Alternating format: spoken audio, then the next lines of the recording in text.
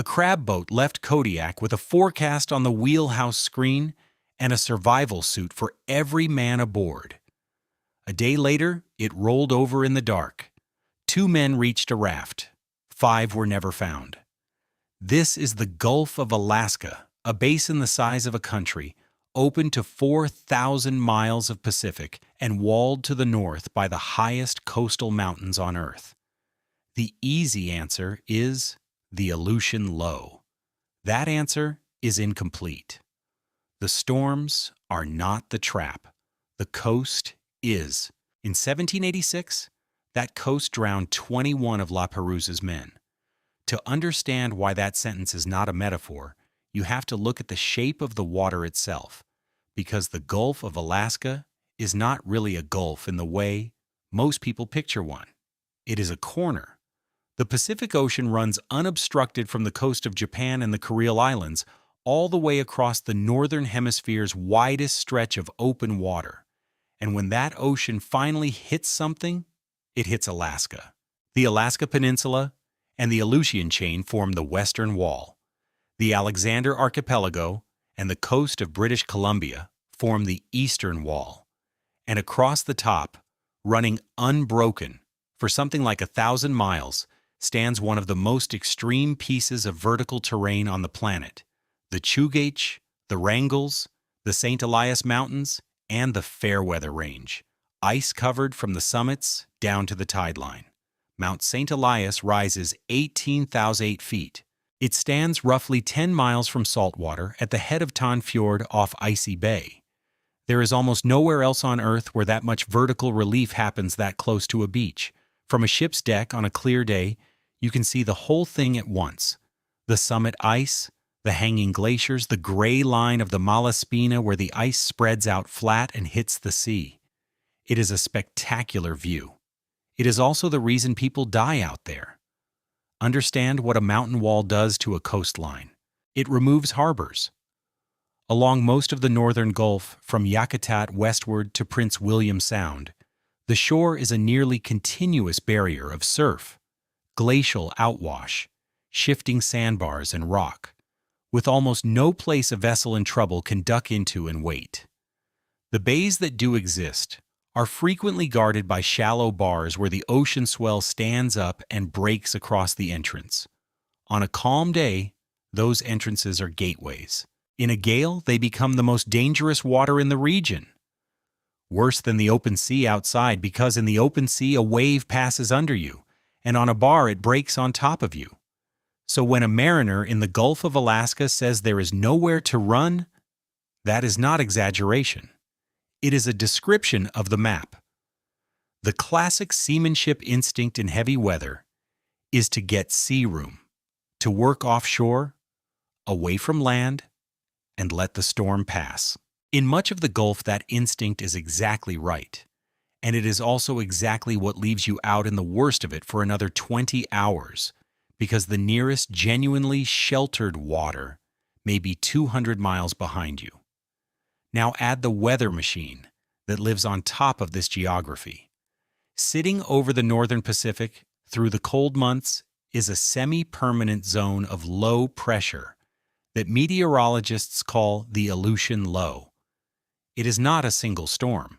It is the statistical smear of dozens of storms, one after another, riding the Pacific storm track eastward and northeastward, deepening as they go. The reason they deepen matters. A low-pressure system feeds on temperature contrast and on moisture. Out over the North Pacific, storms coming off Asia pull warm, wet air northward, and when that air runs into the cold air pooled over Alaska and the Bering Sea, the contrast is enormous. Pressure falls. Wind accelerates around the falling pressure, and when the central pressure drops by 24 millibars or more in 24 hours, forecasters call it explosive cyclogenesis. In plain terms, the storm doubles in strength while you are still deciding whether to run for shelter. These are not rare events in this part of the world. They are the winter climate. On New Year's Eve 2020, a low over the western Aleutians bottomed out near 921 millibars, one of the deepest non-tropical storms ever measured anywhere. Shemya recorded 924.8 millibars, an all-time record low for the state of Alaska. Its central pressure had dropped about 75 millibars in 36 hours.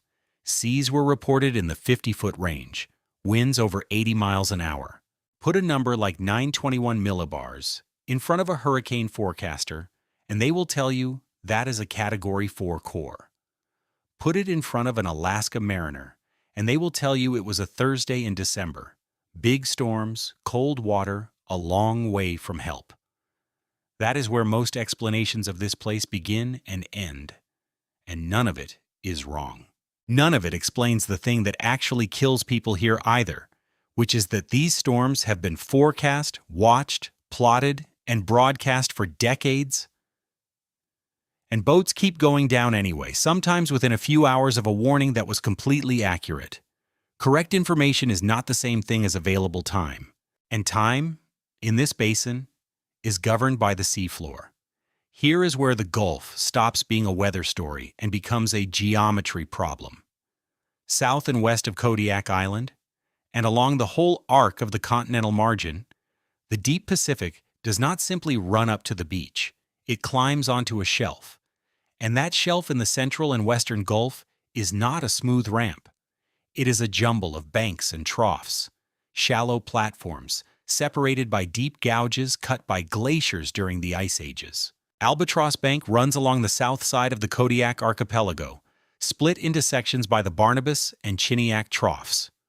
North of it, across Stevenson Trough, sits Portlock Bank, a shallow plateau ringed by deep channels. Farther east, off the Fairweather coast, lies Fairweather Ground, another shoal rising out of much deeper water. NOAA's own bathymetric work describes the western Gulf Shelf as almost entirely banks and troughs, with a conventional, gently sloping continental shelf existing only in the eastern part of the Gulf. Why does any of that matter to a man in a wheelhouse at 2 in the morning? Because of what shallow water does to a wave. A swell generated 1,000 miles away in the central Pacific arrives with a long period. The crests are far apart, maybe 12 or 15 seconds between them, and the energy is spread out through a deep column of water. A vessel meets that swell, rises, and comes back down with time to spare. It is uncomfortable. It is survivable. Now push that same swell over a bank where the water depth drops from a few thousand feet to a couple hundred. The bottom starts to interfere with the orbital motion of the wave. The wave slows. Its energy has nowhere to go but up, so it grows taller. And because it slows, the crests bunch together. The spacing shortens. Here is the whole mechanism, and it is worth being blunt about it. Shoaling water does not just make waves bigger. It makes them steeper and closer together. Steeper means the face of the wave approaches vertical and can break rather than roll. Closer together means the second wave arrives before the vessel has finished recovering from the first. A boat that would ride a 25-foot swell all night can be knocked down by a 20-foot breaking sea because the second one hits, while the bow is still buried in the first. Now hold two facts side by side. The banks are where the waves get worst. The banks are also where the fish are. That is not a coincidence, and it is the first genuine reversal in this story. Those shallow platforms are productive precisely because they are shallow. Currents driven across the bank edges and up the sides of the troughs push cold, nutrient-rich water toward the surface, where sunlight can reach it. Plankton bloom. Everything else follows the plankton. Portlock Bank is described in fisheries literature as an area of strong currents and bathymetry that carries nutrient-rich water upward.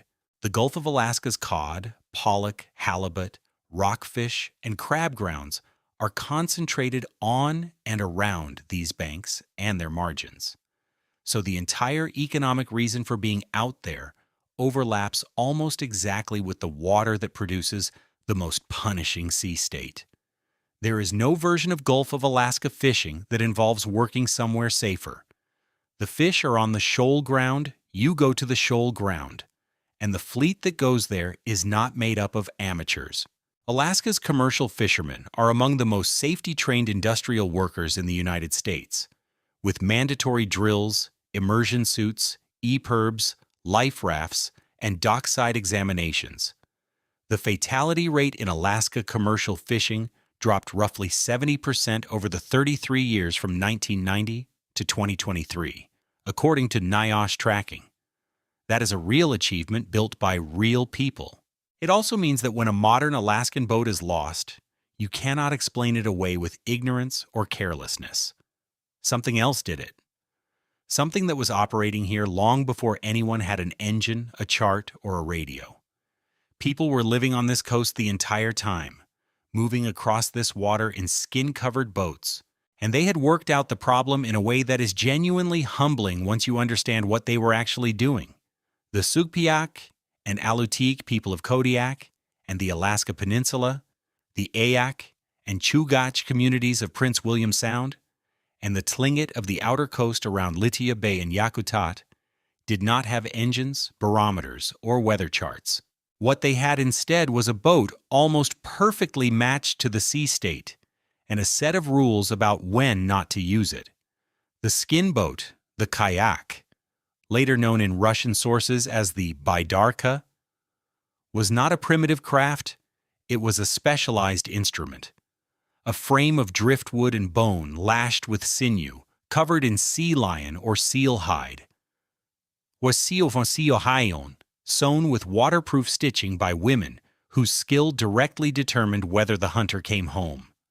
The hull flexed. That flexing mattered. A rigid boat in short, steep water takes the full shock of every crest, while a flexible hull absorbs part of it and gives the paddler back some control. The paddler wore a gut-skin garment lashed to the coaming, so that boat and body became a single sealed unit.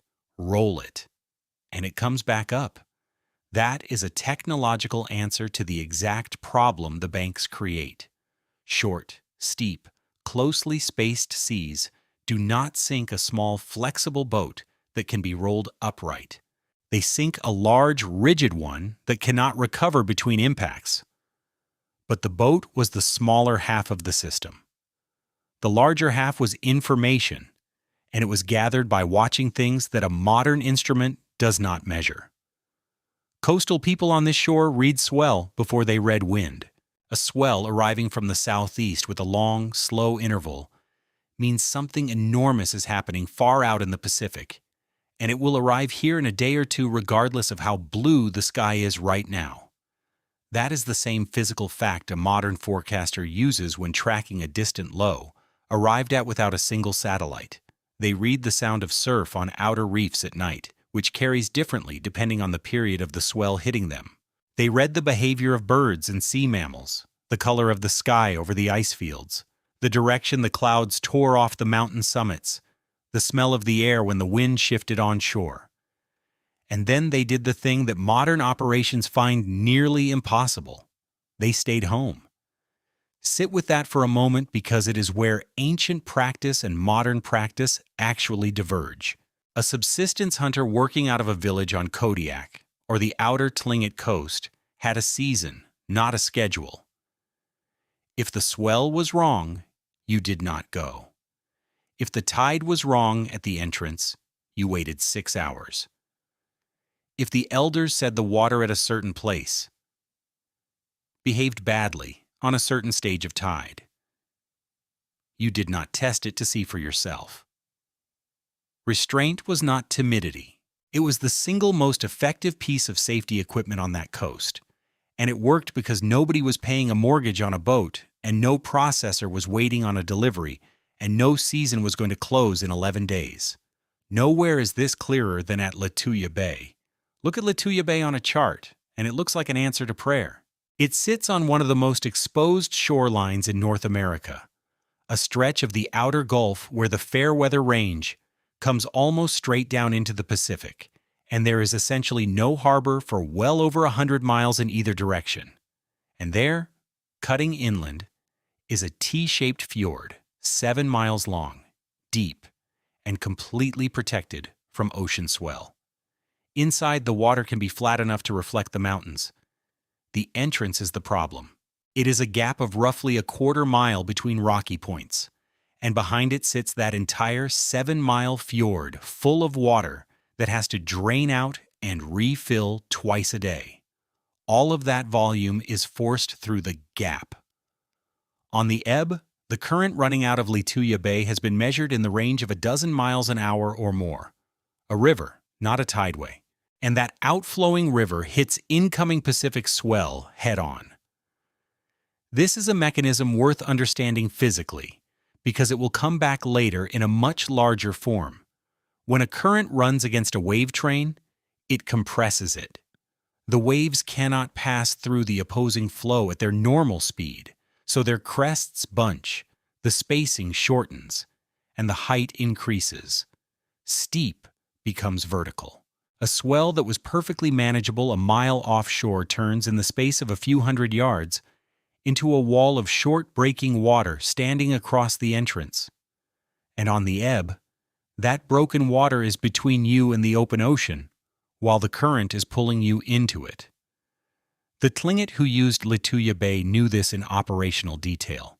They used the bay, it has salmon, seals, and shelter, but they treated the entrance as a place with rules, timed to slack water, not as a door you could walk through whenever you liked.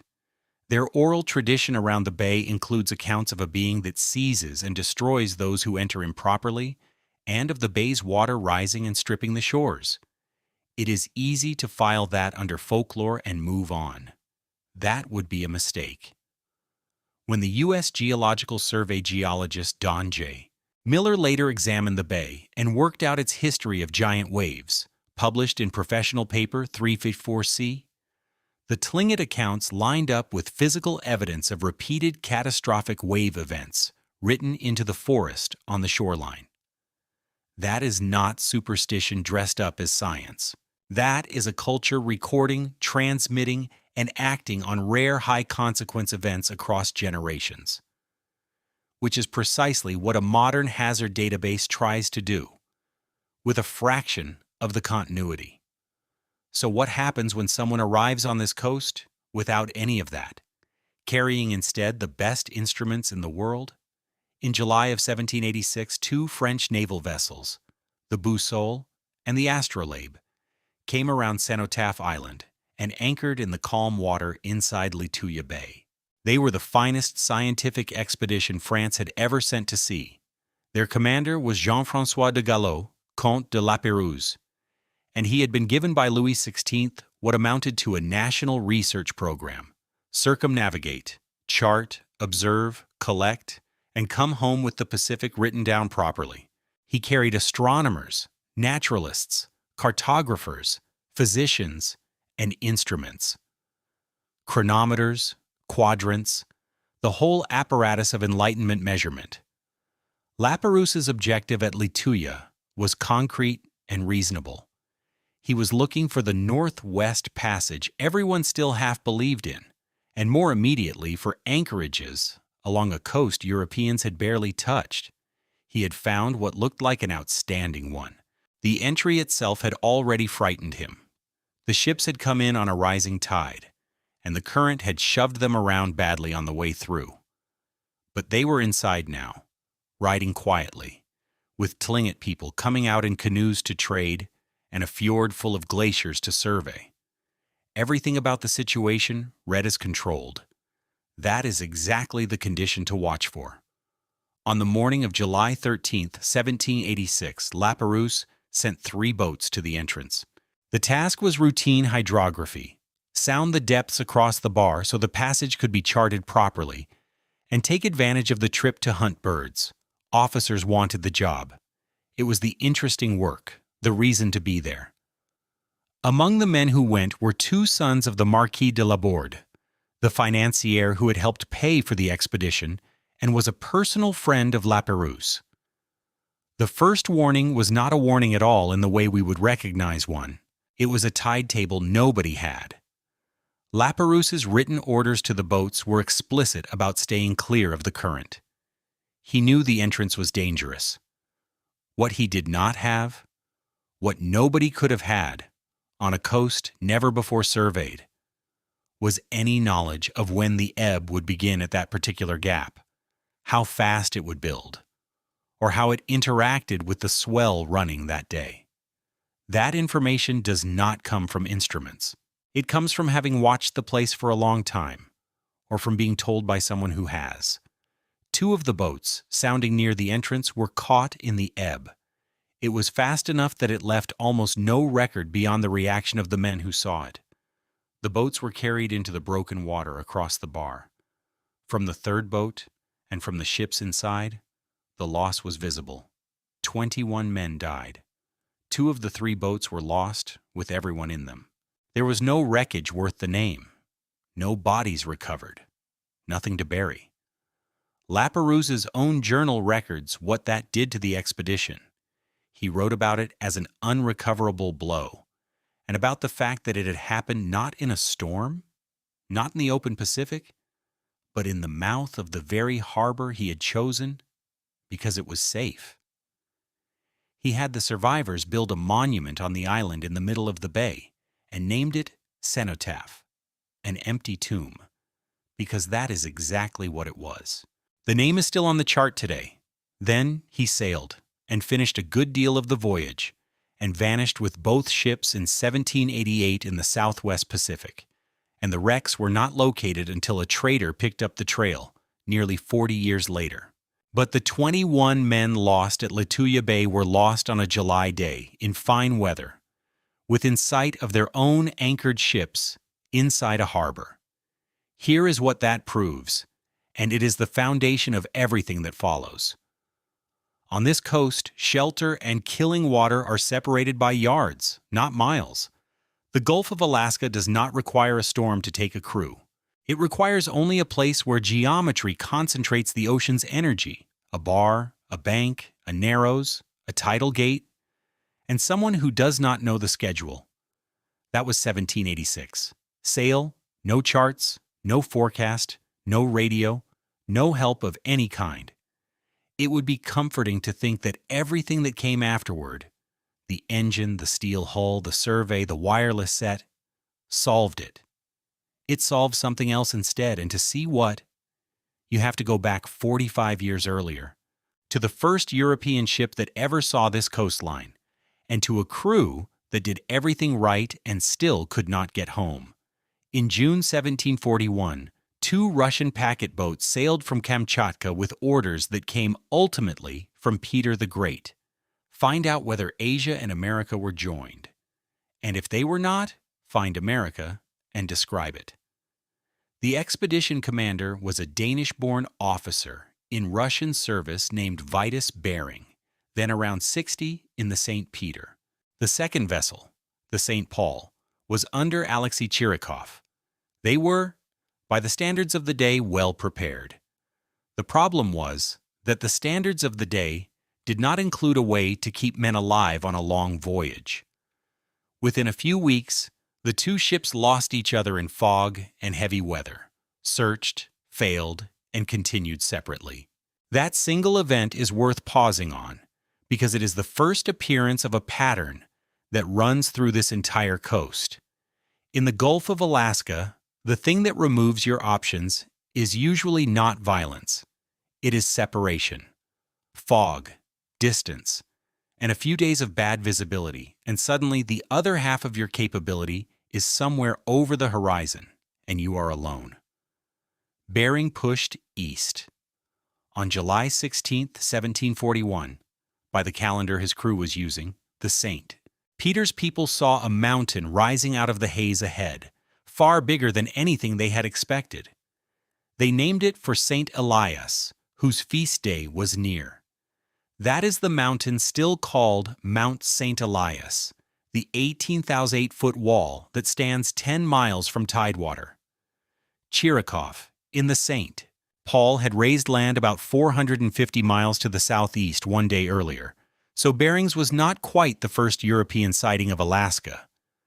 But it was the first look at the mainland itself, and it told Bering something immediately.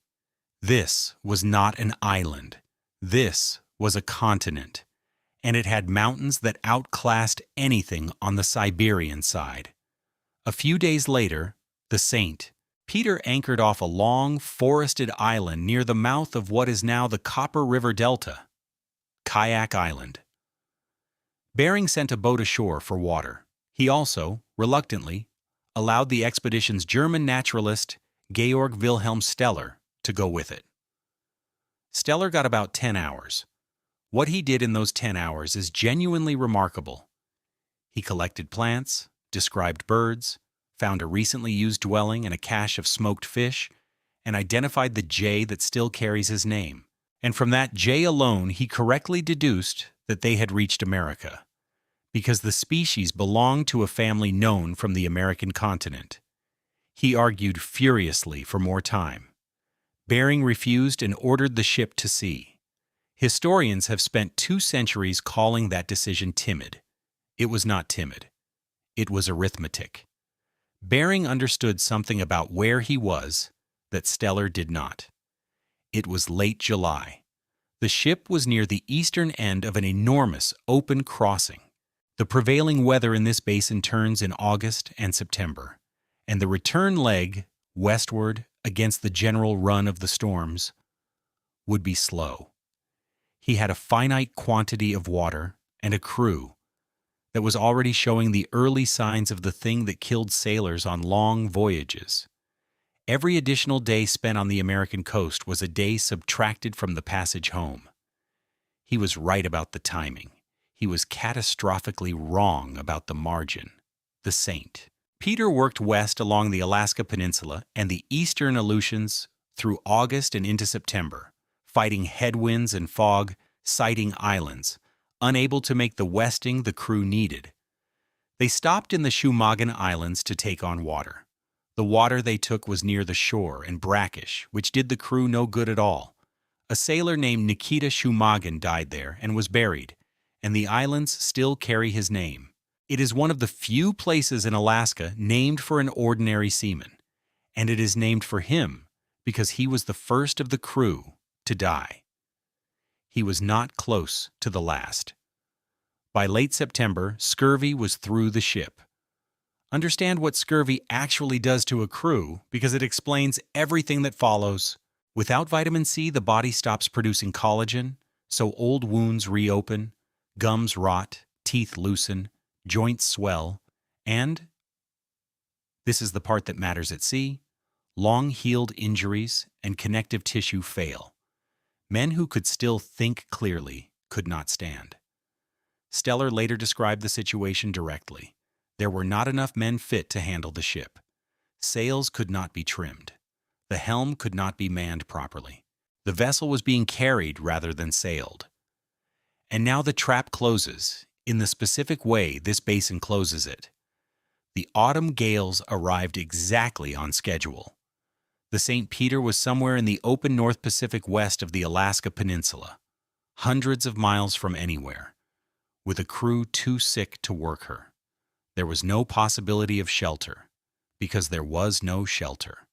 There was no possibility of rescue, because the concept did not exist. And there was no possibility of a fast passage home, because the ship could only run before whatever wind she was given. Note what killed this expedition. It was not the weather. The St. Peter survived the weather. It was distance. The sheer, non-negotiable size of the space between the American coast and Kamchatka, multiplied by a rate of physical decline that no 18th century crew could arrest. In early November, they saw land and believed wrongly that it was Kamchatka. It was not. It was an uninhabited island roughly 100 miles short of the peninsula, in what are now called the Commander Islands. The ship anchored, the cable parted in the surf, and the St. Peter was driven ashore and wrecked. The survivors were put onto a treeless beach in November with what they could carry. Bering was carried ashore with them. He died there on December 8th by the Julian calendar the Russians were using, which is December 19th in the modern one. You will see both dates, and both are correct depending on which calendar the source is written in. The island is now named for him, The final count is usually given as somewhere around 30 dead out of a complement of about 77. You will see slightly different numbers in different sources, because the muster rolls and the accounts do not perfectly agree and because men kept dying through the winter. What is not disputed is what saved the rest. Steller, the naturalist Bering had refused to let botanize, took over the medical care of the survivors because he was the only man aboard who understood that the disease was dietary. He and the men who could still walk gathered whatever green plants they could find under the snow, brewed them, and forced them into the sick. He collected berries and herbs. The men killed sea otters and, later, the enormous, slow-moving sea cow of those waters, the animal now known as Steller's sea cow, which was hunted to extinction within 30 years of being described. They dug into the sand for shelter.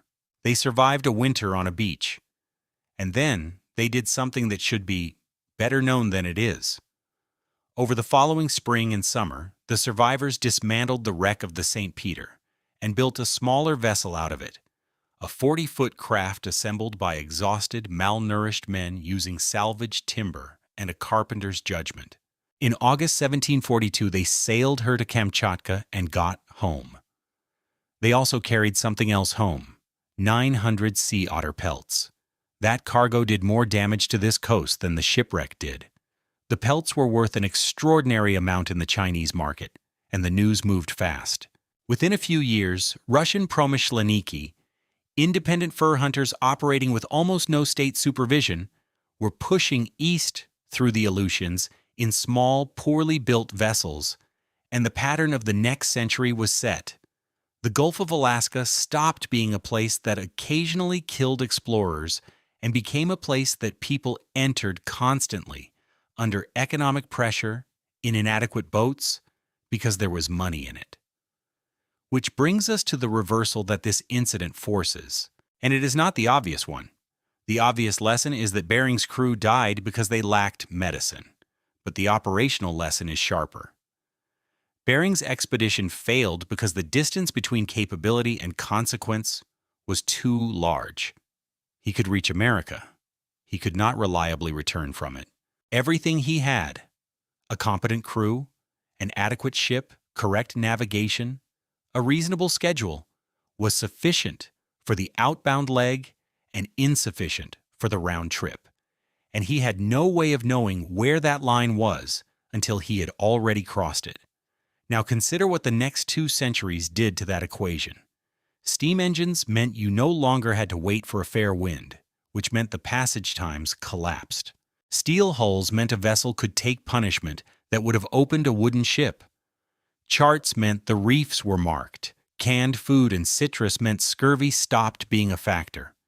And then, at the very end of the 19th century, wireless telegraphy meant that for the first time in human history, a ship in trouble could tell somebody. Every single one of those developments was real. Every one of them saved lives.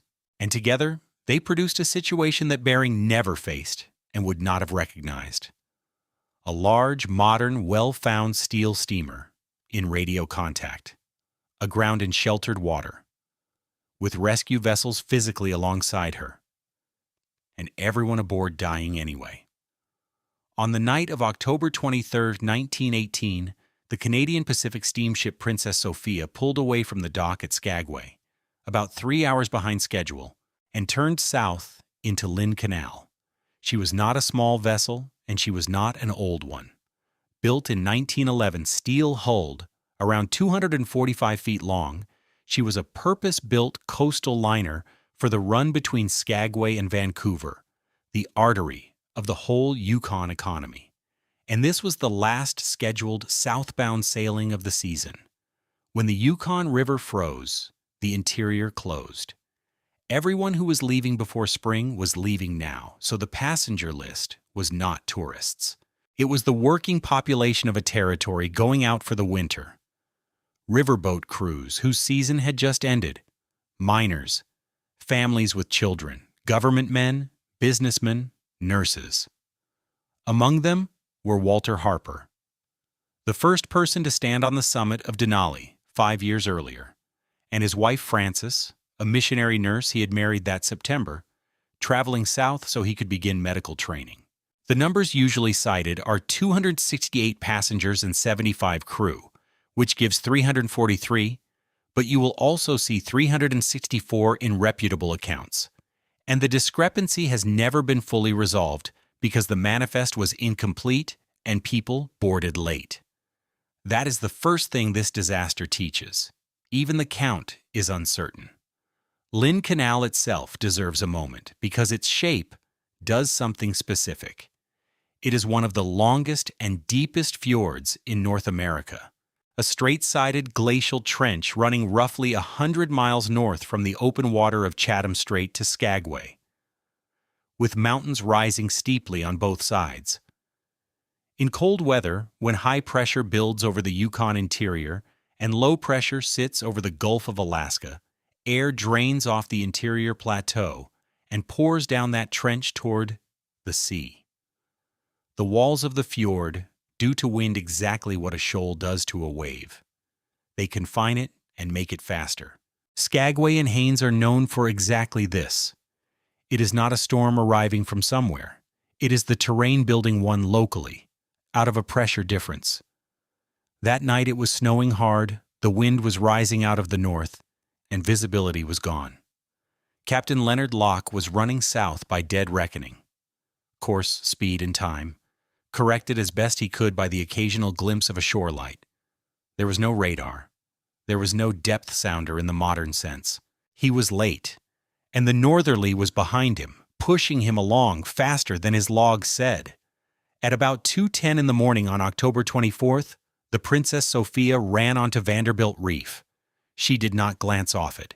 She ran straight up on top of it and stopped, hard, driven by the following wind and sea, and she stayed there, upright, level. And by the time the tide dropped, sitting almost entirely out of the water on the rock. Vanderbilt Reef is a small, nasty patch of rock in the middle of the channel that covers and uncovers with the tide. The Sophia was roughly 1.25 miles off her intended track. Now the wireless. Here is what separates 1918 from 1786. Within minutes, the Princess Sophia was telling the world exactly where she was and what had happened. The message went out, was relayed, and by dawn a response was assembling. By the afternoon and evening of October 24th, vessels were on scene. The fishing schooner King and Winge, the United States Lighthouse Service Tender Cedar under Captain John W. Ledbetter, and a scattering of smaller craft, gas boats, mail boats, local vessels out of Juneau, that had simply turned around and come. Consider what that means. 132 years after Lapérouse lost his men at Lituya with no possibility of help, a ship in the same region could broadcast her position and have a rescue fleet anchored beside her within 18 hours. And every one of those people died anyway. Here is how the options disappeared, and it is important to follow it honestly, because the easy version of this story, that the rescuers were cowardly or the captain was stubborn, is not what the record supports. On the afternoon of the 24th, the Sophia was sitting upright on the reef, apparently intact, not taking water in any alarming way. The sea around her was rough enough that no vessel could lie alongside. Vanderbilt Reef is a rock in the middle of a channel. The water breaks over and around it, and a boat that approaches too closely in a swell risks being set down onto the same rock. The only way to get people off would have been to lower them from the ship into open boats rising and falling several feet in the chop, then run them across open water to a vessel standing off, in near-freezing conditions, in snow, with children and elderly passengers among them. Captain Locke and Captain Ledbetter discussed it by wireless. Locke's position, as reported afterward, was that the wind and tide were too strong to attempt a transfer, and that it would be better for the rescue vessels to stand by and wait for daylight and better conditions. Ledbetter agreed. Read that decision the way it looked on the afternoon of October 24th, not the way it looks now. The ship was hard aground, upright, in no immediate danger of breaking up. A botched transfer in a rising sea could easily have drowned dozens of people who were at that moment dry and warm. Every instinct of the era said, wait for a better window. Windows generally came. That was the loss of the option, and nobody in the moment could see it as one. Through the night of the 24th and into the 25th, the weather did not improve. It got worse. The northerly built into a full gale, driving snow down the canal, and the sea in the channel rose. The small boats had already scattered to shelter. The Cedar and the King and Wing held on as long as they could and were eventually forced to work away from the reef. A lighthouse tender trying to hold position near a rock in a blizzard is a candidate for the next wreck, not a rescue platform. Ledbetter later described conditions in which he could not see the Sophia at all. And this is the mechanism that runs through every rescue in this basin from 1918 to last winter. The weather that creates the emergency is the same weather that prevents the response. They are not two separate problems. They are one problem. And the second half of it always arrives at the worst possible moment.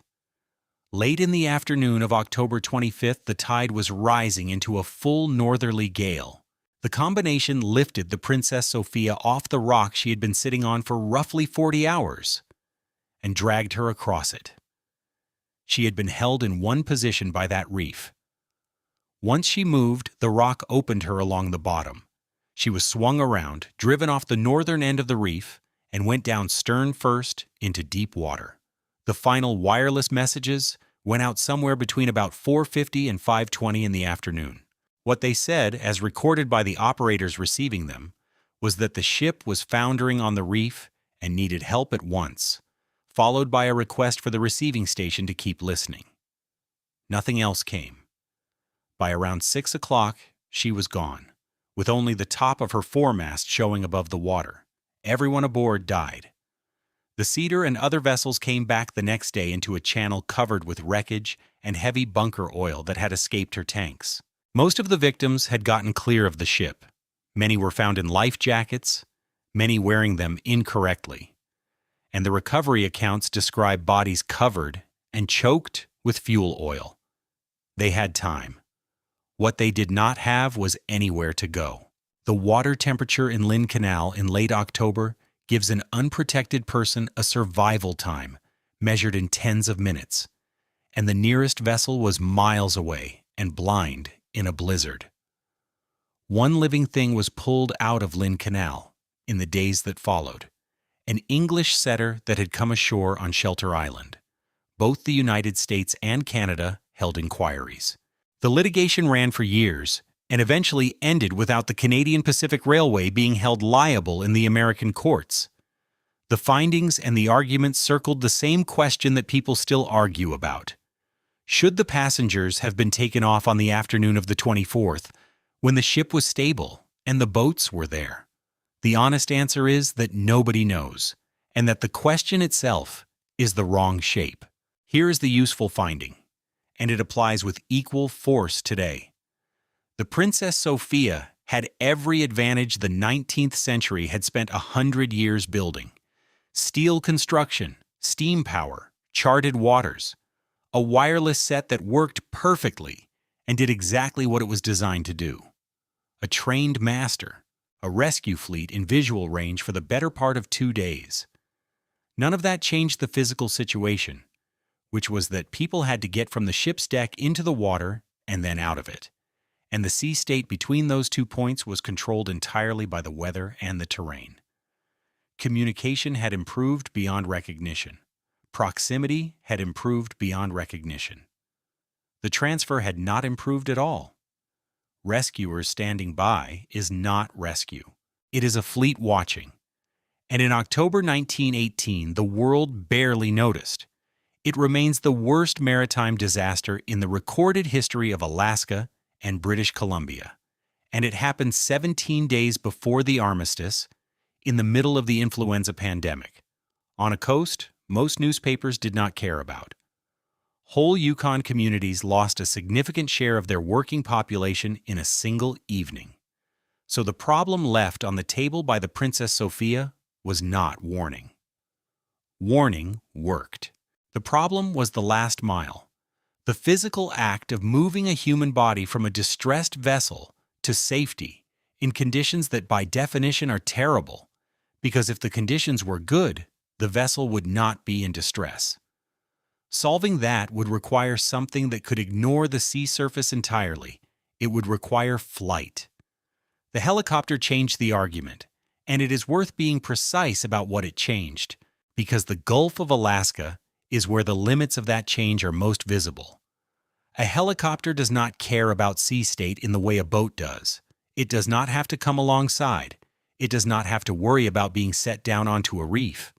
It arrives above the problem, lowers a cable, and lifts a human being straight up out of a situation that no surface vessel could safely approach.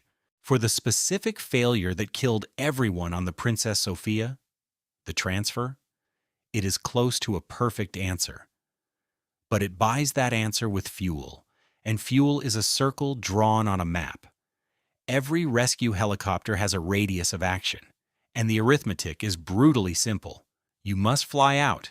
You must have enough left to fly back, and whatever remains in the middle is the time you get to spend actually working. Push the distance out and the working time collapses towards zero. There is a point on every chart where a helicopter can reach you, hover for 4 minutes, and leave, and a point slightly beyond it where it can reach you and not come home. Now draw those circles over the Gulf of Alaska. Coast Guard Air Station Kodiak. Built as a Navy base, taken over by the Coast Guard in the 1970s, and now the largest air station in the service, carries a search and rescue area of responsibility of roughly 4 million square miles. That is not a typo, and it is not only the Gulf. It includes Bristol Bay, the Bering Sea, the Aleutian Chain running 600 miles west to Dutch Harbor and beyond, and the Arctic coast nearly 1,000 miles north.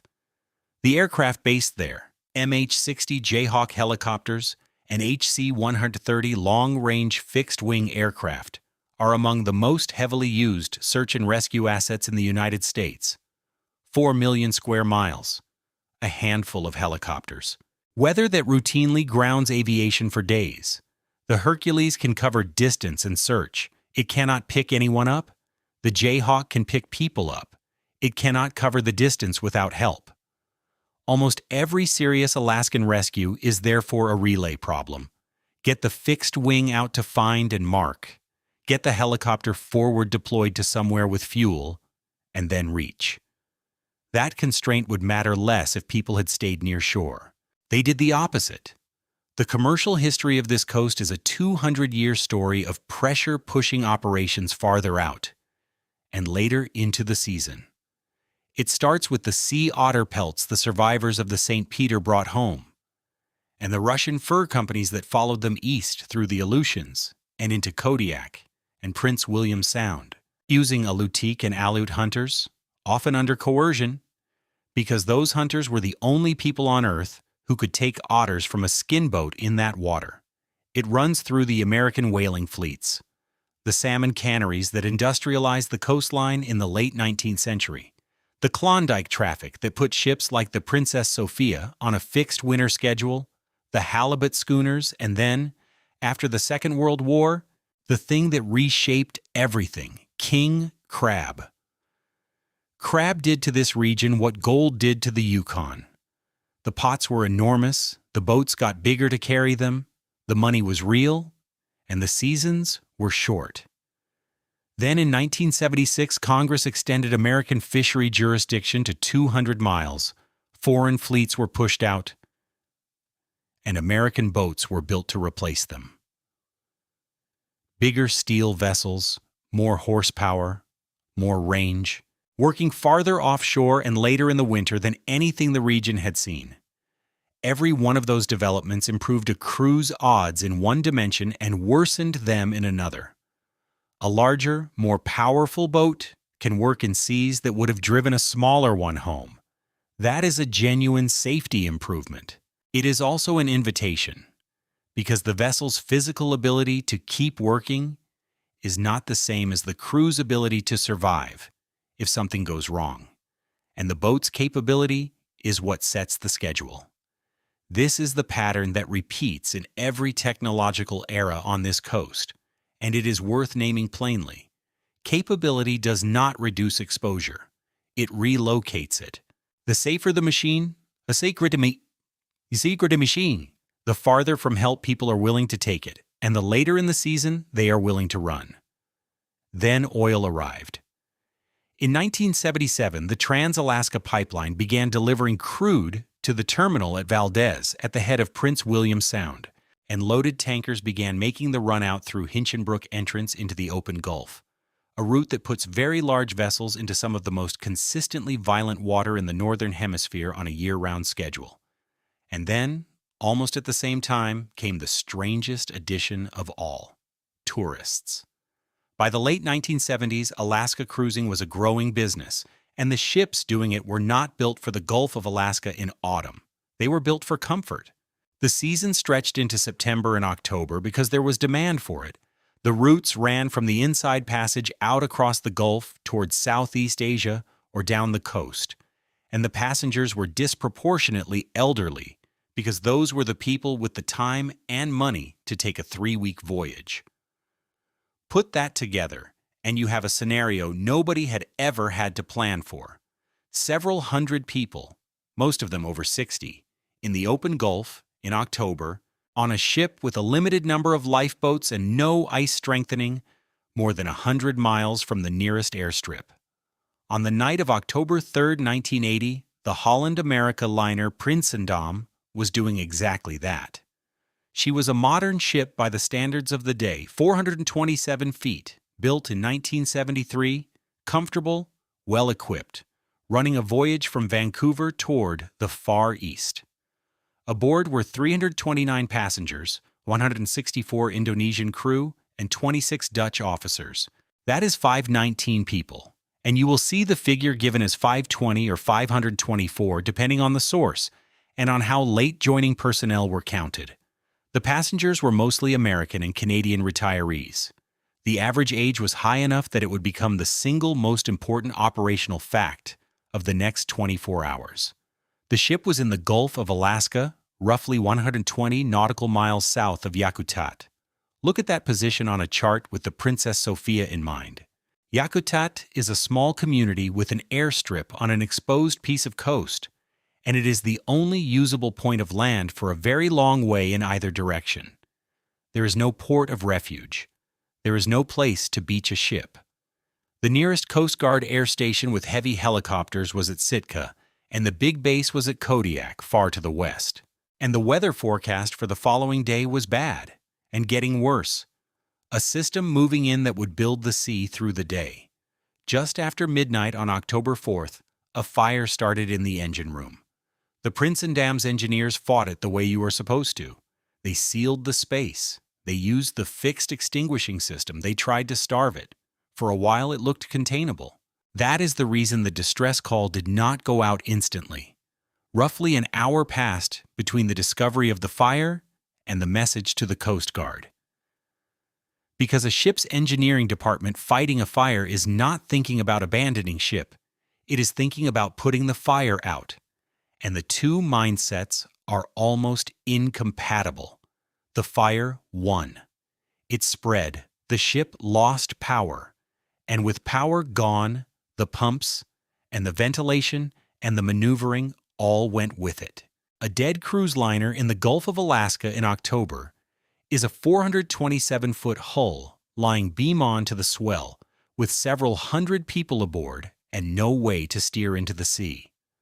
The distress message reached the Coast Guard communication station at Kodiak, and from that moment, the response was a study in what an aviation-based rescue system can and cannot do.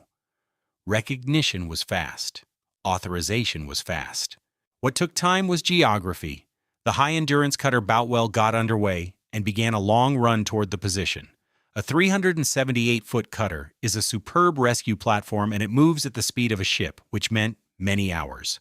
Coast Guard HH-3F helicopters launched out of Sitka. An Air Force HH-3E from the 71st Aerospace Rescue and Recovery Squadron came out of Elmendorf with para-rescue men aboard. And critically, with an in-flight refueling probe, which meant it alone among the helicopters could extend its time on scene by taking fuel from a tanker aircraft. Canadian Forces search and rescue aircraft joined. Coast Guard C-130s flew high cover, and then the single most important thing in the entire operation happened, and it was not a military asset at all. Under the AMVER system, a voluntary reporting scheme in which merchant vessels file their positions so that they can be called on for rescue, a supertanker was located in the area. The Williamsburg, a tanker running in ballast, was diverted to the scene.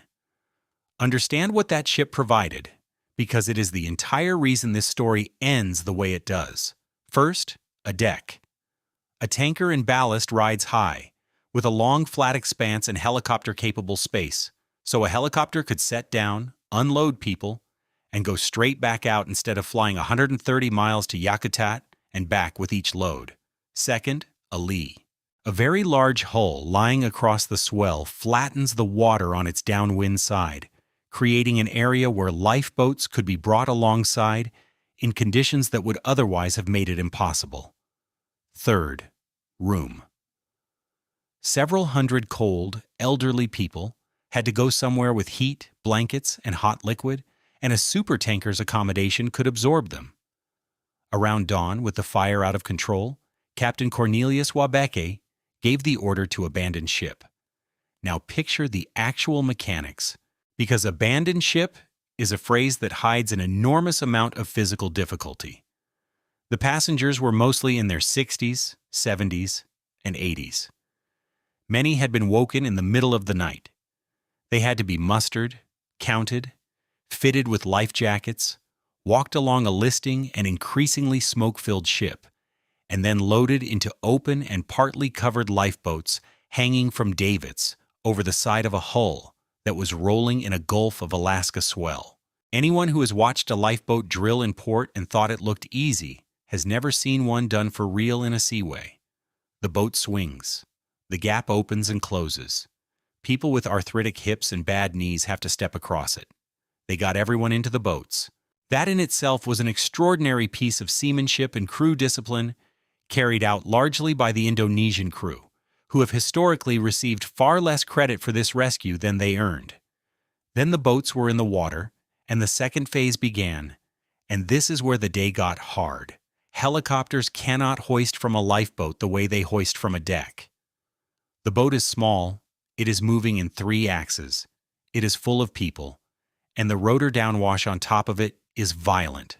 The technique used was to bring a rescue basket down to a boat that was rising and falling several feet under the aircraft and load one person at a time.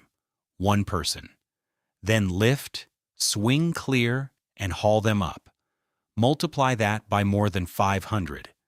The hoisting went on all day. One helicopter crew logged 11.5 hours in the air, 7 landings on the tanker, 3 in-flight refuelings, and 61 hoists in a single sortie.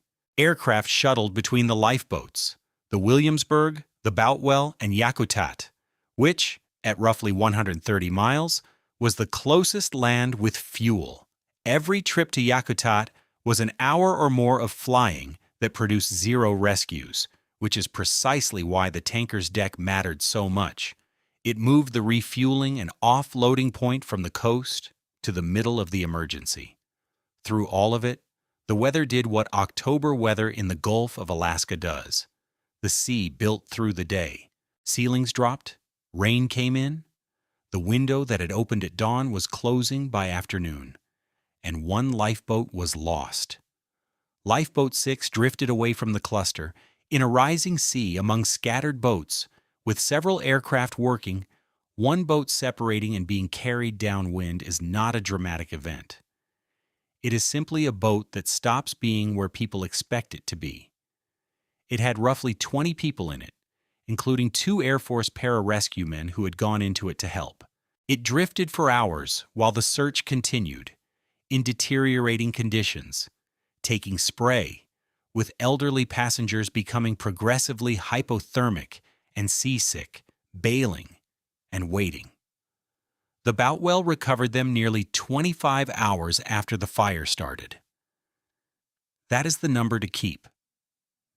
Not the 500 saved, the 25 hours, and the fact that the last boat was found by a ship, not by an aircraft, because aircraft run out of fuel in daylight and cutters do not. Everyone lived, every passenger, every crew member, every officer. Some had hypothermia, some had shock and dehydration, and the medical treatment for most of them turned out to be hot showers, hot drinks, and blankets. The Coast Guard still describes it as its greatest rescue at sea and lives saved, and it is taught as a case study precisely because so many independent pieces had to work at once. The Prinsendam herself burned for a week. She was taken under tow, and on October 11, 1980, she rolled over and sank in very deep water in the Gulf of Alaska. NOAA has since gone looking for the wreck with modern deep-water survey equipment. The site sits under thousands of feet of water on the seafloor of the basin. So there it is. The problem the Princess Sophia exposed, the last mile, the transfer, had been solved. 519 people were taken off a burning ship in the open Gulf of Alaska, and not one of them died. Now here is the reversal, and it is the one that reframes everything that comes after. The Prinsendam rescue did not prove that the Gulf of Alaska had been tamed. It measured with unusual precision the exact conditions under which the Gulf can be beaten. Run through them. The emergency was slow, a fire that took hours to force an evacuation, which gave the crew time to muster, count, and load in an orderly way. The ship stayed afloat the entire time, so nobody was ever in the water. It happened in early October rather than January, so the sea was rough, but the air was not lethal, and the days were still long enough to fly. There was a supertanker within reach, willing to divert and act as a floating platform. There was an Air Force helicopter with an aerial refueling capability. The position was inside helicopter range of Yakutat, and the weather, while it worsened, held long enough. Change any one of those, and the arithmetic breaks. Change two, and you have a mass casualty event. Ask the simplest possible question about it. What happens if the emergency is fast? Not a fire that gives you 6 hours. A failure that gives you 6 minutes at night in January, 200 miles from the nearest helicopter, in a sea that no ship can safely stop in. Because that is the actual signature failure mode of the Gulf of Alaska, and it does not come from fire, or from reefs, or from waves breaking over a deck. It comes from something that most people have never even heard of, which accumulates silently on the outside of a vessel while the crew is doing routine work, and which does not damage the boat at all. It is called freezing spray, and it is the reason the Gulf of Alaska and the Bering Sea kill fishermen in a way that no other American waters do. Start with the ingredients, because all of them have to be present at once, and all of them are ordinary. You need air that is cold, below about 29 degrees Fahrenheit, which is roughly where seawater freezes. You need water that is cold but not frozen. Icing essentially stops being a factor once the sea rises much above the mid-40s. And it becomes dangerous when the sea temperature is only a degree or two above its own freezing point, because then a droplet thrown into the air can become supercooled during its flight and freeze the instant it touches anything. You need wind, enough to raise a sea. And you need a vessel moving through that sea, because a boat is a machine for converting waves into airborne water. Every time the bow drops into a trough, a sheet of water is thrown up and back across the deck. In summer, that is an annoyance. In January, it is a delivery system. The droplets travel through cold air, land on steel that is already below freezing, and freeze on contact. Then the next wave does it again, and the ice does not build evenly, because the spray does not arrive evenly. It arrives from the direction the vessel is taking the sea, which means one side of the boat, the windward side, the one side of our source, Joe gets most of it. The National Weather Service issues freezing spray warnings for Alaskan waters at accumulation rates that sound trivial, A heavy freezing spray warning in the Alaska region can be issued at rates on the order of 2/3 of a centimeter an hour. Extreme freezing spray means 4 centimeters an hour or more. 1.5 inches of ice everywhere the spray reaches, every hour, hour after hour, in the dark. Now the second question. The one that decides whether a boat lives. Where does that ice go? Not into the hull. The hull is mostly below the waterline, and the ice does not form there.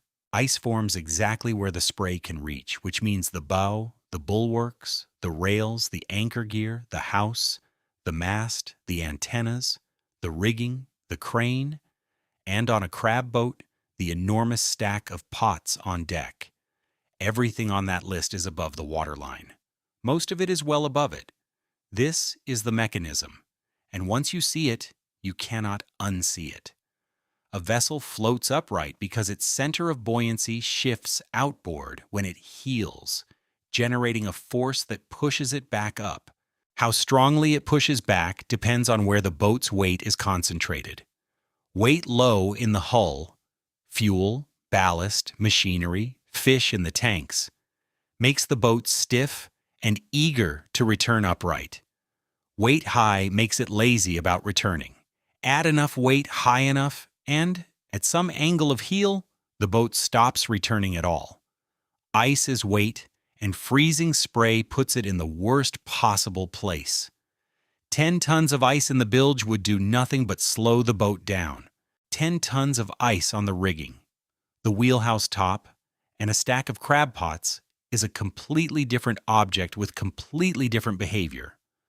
One that rolls farther, recovers more slowly, and eventually reaches an angle from which it does not come back. Then there is the specifically Alaskan cruelty of it, the crab pot. A commercial crab pot in this fishery is a steel-framed box, commonly 7 or 8 feet on a side, wrapped in synthetic mesh. Empty, it is mostly air. Boats carry them stacked on deck, often 4, 5, or 6 high, which puts a large amount of structure many feet above the deck, and the deck is already well above the waterline. Ice does 2 things to that stack, and the second is worse than the first. It adds weight high up, obvious, but it also fills in the mesh. A crab pot's webbing is open, wind blows through it. Coat that webbing in ice, and the open mesh becomes a solid panel. A stack of pots that was transparent to the wind becomes a wall. A sail, 6 feet high or more, running the length of the deck, on a boat that is now heavier at the top than it was designed to be. And if the icing has been one-sided, the wall is heavier on one side than the other, so the vessel is already carrying a permanent list before the wind pushes on it.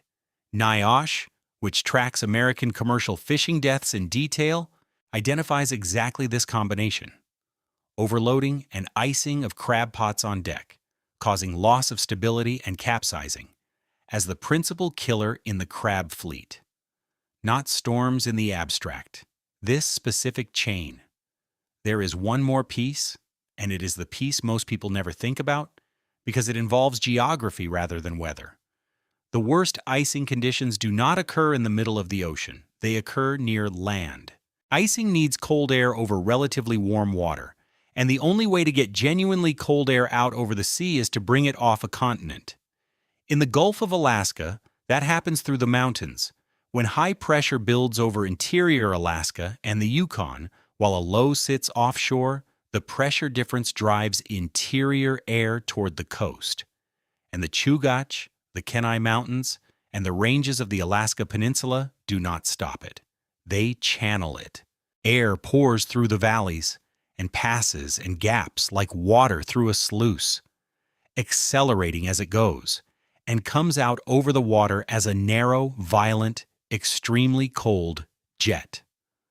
Researchers studying these gap winds around Kodiak and Prince William Sound have documented offshore flows reaching well over 100 miles out from the coast, occurring on average roughly 20 days a year in the cold season and almost never in summer. That is the icing machine. Cold continental air accelerated by terrain, blowing hard across water that is just above freezing, in exactly the corridors that boats have to transit to get from harbor to fishing grounds, which means the most dangerous water in the Gulf of Alaska on the specific nights when this happens is not the far offshore. It is the coastal shelf and the lee of the islands, the water that on a chart looks close to home. Mariners have known about vessel icing for as long as they have worked these waters, and the fleet is not casual about it. Boats carry mallets and baseball bats and lengths of pipe for breaking ice off rails and rigging. Crews go out in the dark in survival gear and beat the ice off by hand, which is exactly as unpleasant and as dangerous as it sounds. Swinging a bat at frozen steel on a pitching deck at 3 in the morning with spray still coming aboard. Some vessels run steam or hot water lines. Skippers alter course to take the sea more comfortably, slow down to reduce the spray they are generating, or turn and run for the lee of an island to get out of the wind. All of it works. None of it is fast. Chipping ice removes ice at a few hundred pounds an hour, by hand, from the places a person can safely reach. Extreme freezing spray puts it on at tons per hour, everywhere, including on the top of a 6-high pot stack that no one can climb in a gale. Once the accumulation rate exceeds what the crew can remove, the boat is on a clock, and the clock cannot be stopped from on board. In February 2017, in the Bering Sea near St. George Island, the Crab vessel. Destination disappeared with 6 men aboard. There was no distress call. The NTSB's investigation concluded the probable cause was capsizing and sinking due to a loss of stability from an accumulation of ice, combined with a vessel that was loaded beyond what its stability allowed. Searchers found a debris field within a day. They found no one. A boat with a competent crew, in a fishery with mandatory safety training, vanished between one position report and the next, so the fleet knew. The regulators knew. The forecasters were issuing the warnings. Everybody involved understood the mechanism. And on the night of December 31st, 2019, in the Gulf of Alaska, off the Alaska Peninsula, it happened again. This time to a boat whose skipper had spent his life in this fishery, who had the forecast, who had done the calculations, and who was following the rules exactly as they were written. That is the part that should genuinely frighten you. Not that the rules were ignored, that they were followed. The Scandies Rose was a 130-foot steel fishing vessel, built in 1978, rigged for crab and cod, and she was exactly the kind of boat that has made the modern Alaskan fleet as capable as it is. Big enough to carry real weight, powerful enough to work in weather that would have driven the wooden fleet home, fitted with radar, satellite communications, an EPIRB, life rafts, and an immersion suit for every person aboard. Her skipper was Gary Cobbin Jr., a part owner, a man who had fished these waters for decades and who had a reputation among the people who knew him as careful. Aboard with him was his son, David Cobbin. The rest of the crew were Arthur Ganasius, Brock Rainey, Seth Rousseau-Gano, John Lawler, and Dean Gribble Jr. The objective was simple, and it was the same objective the fleet has had for 50 years. Get the gear where it needs to be before the season opens. That sentence is the whole economic engine of this story, so it is worth taking apart. A crab boat does not fish where it docks. The Bering Sea grounds are hundreds of miles from Kodiak, out past the Alaska Peninsula and through Unimak Pass, and a crab boat cannot fish without pots, which are enormous, heavy, and can only be moved by the boat itself. So before a season opens, the vessel loads its gear at a port, stacks it on deck, and runs it out to the grounds. That transit is not fishing. It earns nothing. It is pure overhead. And every day spent on it is a day not spent catching crab in a season with a fixed quota and a fixed calendar. The Scandies Rose left Kodiak on the evening of December 30th, 2019, with close to 200 crab pots stacked on her deck, bound west for the Bering Sea cod and crab fishery. Nobody made her go on that particular night in the sense of an order. But look at the pressure honestly. The season was about to open. The gear had to be out there. The weather in the Gulf of Alaska between late December and March is bad on most days and worse on the rest. So waiting for genuinely good conditions is not a strategy. It is a way to miss the opening. Crews are paid by the share of the catch, which means a delayed departure costs everyone aboard money, and the boat itself was designed and certified to operate in this fishery in winter. That is what it was for. This is the difference between the 18th century and now, and it is not the difference people expect. Bering's men could not go home because they physically could not sail there. The Scandies Rose could have stayed in Kodiak. The constraint was not physical. It was a calendar, a quota, and a crew that needed the season. Gary Cobbin had the forecast. This is not in dispute, and it matters enormously. The National Weather Service was predicting exactly the kind of night that produces icing, strong winds, low temperatures, and freezing spray in the waters along the south side of the Alaska Peninsula. He also had on paper something Bering and Lapérouse and Captain Locke never had, a document that told him precisely how much weight his vessel could carry, in what configuration, and how much ice it could tolerate. Every U.S. commercial fishing vessel of this size operating in Alaska carries a stability report prepared by a naval architect and reviewed under Coast Guard requirements. It is a booklet. It sets out loading conditions. How many pots on deck, how much fuel, how much water in which tanks, how much bait, and it tells the skipper whether a given condition passes the required stability criteria, including an allowance for a specified thickness of ice on the vessel. That booklet is the modern equivalent of a Tlingit elder telling you not to run the entrance on the ebb. It is accumulated knowledge, written down, converted into a rule that an individual can follow without having to rederive it. The Scandies Rose sailed in a condition that her stability book indicated was acceptable. Hold on to that. It is the hinge of this entire story. The run southwest from Kodiak takes a vessel along the exposed Pacific side of the Alaska Peninsula, the corner of the Gulf where the shelf narrows, where the gaps and valleys of the peninsula's mountains funnel interior air out over the sea and where there are very few places to hide. Sootwick Island sits off that coast, a small, uninhabited island roughly 170 nautical miles from Kodiak, and it is one of the few pieces of land in that stretch that can put a lee between a boat and a northwest wind. Through the day of December 31st, the conditions built. The seas ran in the 20 to 30-foot range. The wind was blowing hard out of the northwest, which is to say off the land, which is to say it was continental air, cold, dry, and dense, sliding down off the peninsula and out across water that was just above freezing. The icing recipe, assembled in the exact place where the terrain manufactures it, the Scandies Rose began taking ice. The crew did what crews do. They worked the deck in survival gear and beat ice off the rails and the house with bats and mallets. That is the standard response, and it is the only response available. You cannot ballast your way out of icing because you cannot add enough low weight fast enough to offset what is landing on top, and you cannot heat the whole boat. You break off what you can reach and you keep going. But the ice was not only on the rails, it was on the pots.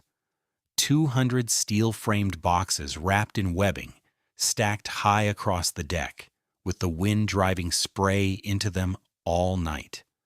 The webbing filled. The frames thickened. The stack got heavier, and it got heavier faster on the windward side, because that is the side the spray was hitting. The NTSB later estimated that the vessel had likely accumulated somewhere between 6 and 15 inches of ice on surfaces exposed to the wind and spray before she capsized. 6 to 15 inches. Spread over the rails, the house, the rigging, and a stack of 200 pots. That is not a nuisance. That is tons of weight, most of it above the deck, distributed unevenly. Cobham altered his plan. He turned toward Sutwick Island, looking for the lee, the sheltered water on the downwind side of the land where the wind is broken and the spray stops. That is precisely the correct move, and it is the move a good skipper makes. Get out of the spray. Let the crew clear the ice, wait it out, then continue. He very nearly got there. At around 10 o'clock at night on December 31st, 2019, roughly 2.5 miles south of Sutwick Island, the Scandies Rose was carrying a list. A list on a vessel with ice on it is not the same as a list on a vessel without.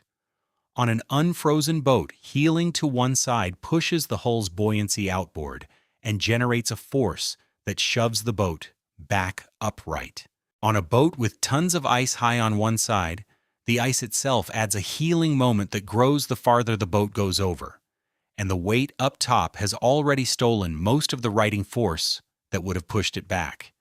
Past a certain angle, the boat does not roll back. It keeps going. There was no long fight. That is the thing that separates this from the Prinsendam and from the Princess Sophia, and it is what the entire preceding 300 years of this story has been building toward. Dean Gribble Jr. has described what happened in interviews and later in testimony, and his account is the closest thing anyone will ever have to a record of the last minutes of the Scandies Rose. He was below when the boat began to lean and did not come back. The captain came over the intercom telling the crew to get into their survival suits.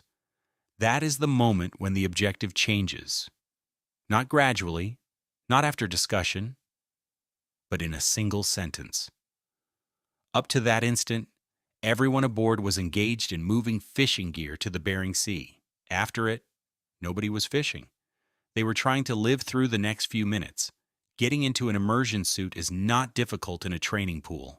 It is a different exercise on a steel deck that is already tilting hard, in the dark, with ice on every surface and gear sliding across it. You have to sit down, get both legs in, get both arms in, pull the hood over, and seal it. And the boat is going over while you do it. Somebody hit the emergency alert. The mayday went out at around 10 o'clock at night. Then, the Scandies Rose rolled and went down, and it happened fast enough that not everyone got off. 2 life rafts came free. Gribble and John Lawler got into one of them. The other was later found empty. Gary Cobham, David Cobham, Arthur Ganatius, Brock Rainey, and Seth Rousseau-Gano were not seen again.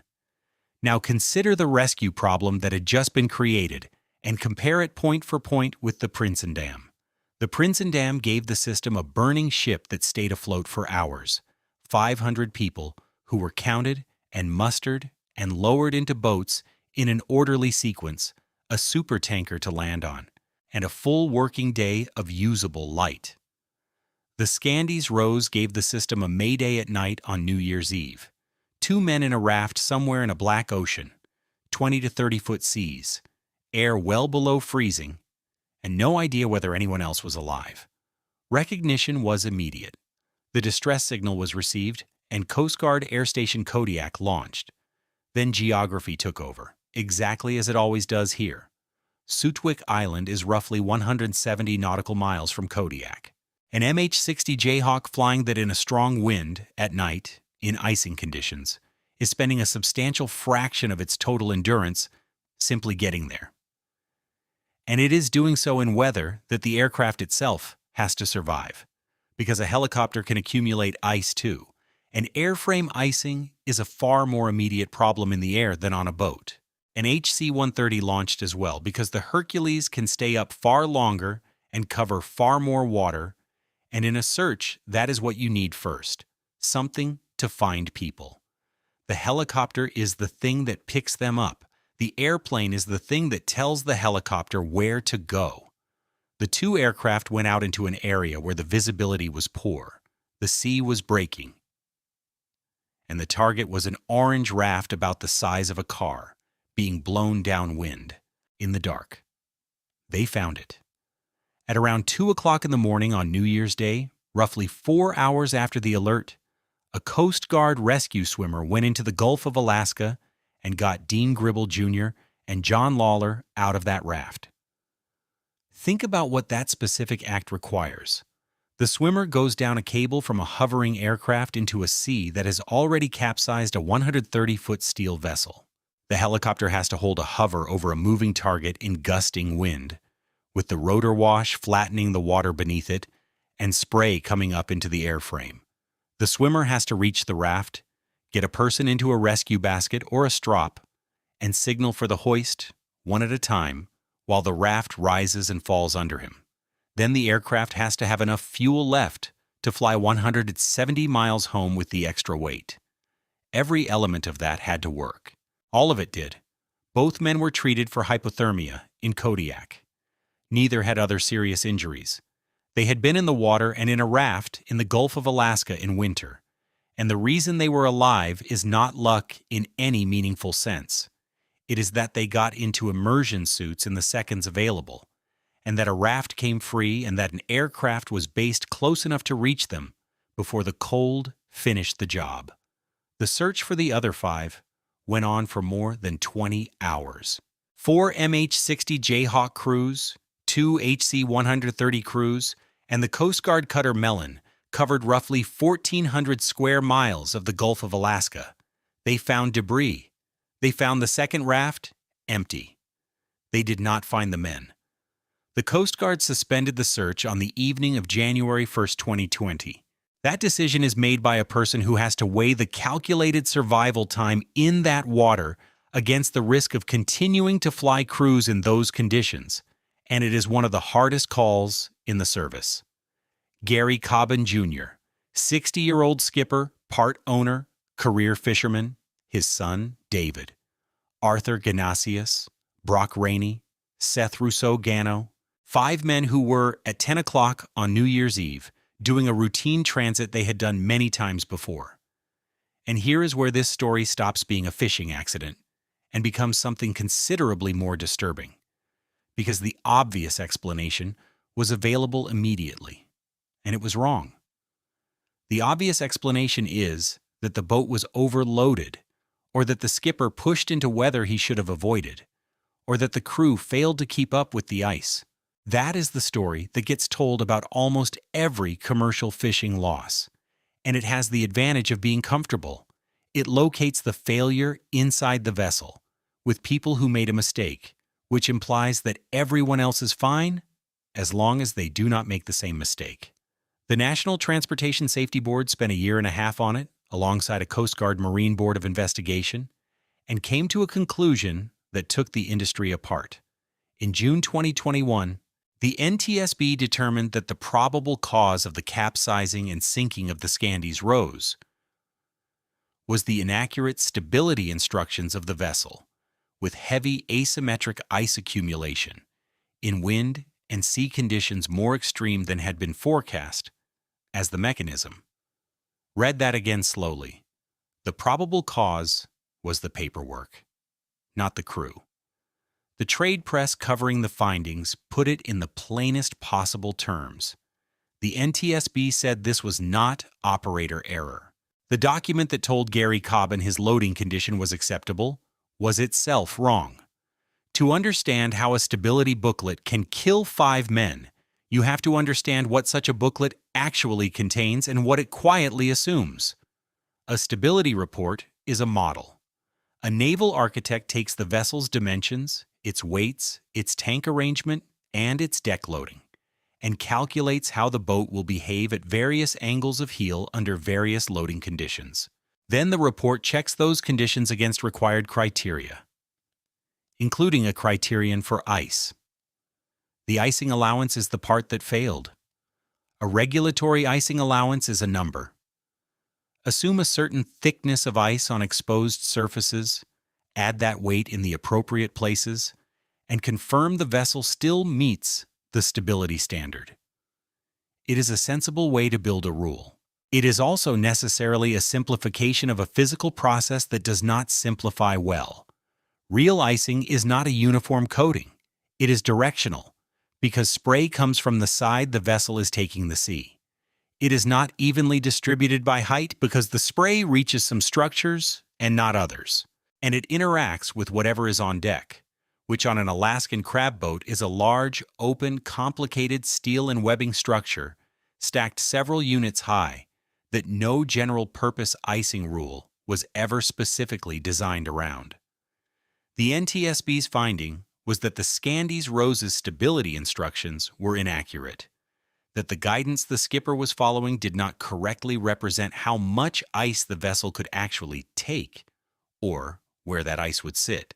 Ice landing unevenly on the wind-exposed structures and on the stacked pots raised the center of gravity and cut away the righting force until there was not enough of it left to bring her back. And then, the NTSB went further and made a recommendation that tells you exactly how large the hole was. It called for a study of the effect of icing on crab pots and crab pot stacks, and for stability calculations in the regulations to be revised based on what that study found. That recommendation is an admission. It says in the polite language of a federal safety board that the industry had been carrying enormous stacks of ice-collecting steel mesh on the decks of boats in the most icing-prone waters in the United States for decades, and nobody had rigorously measured what that does. There were two other recommendations, and they close a loop opened much earlier in this story. The NTSB called for improved surface observation resources in the area where the Scandis Rose sank, and for a freezing spray forecasting resource to be made fully operational. Think about what that implies. The board found that the wind and sea conditions the vessel actually met were more extreme than the forecast had predicted.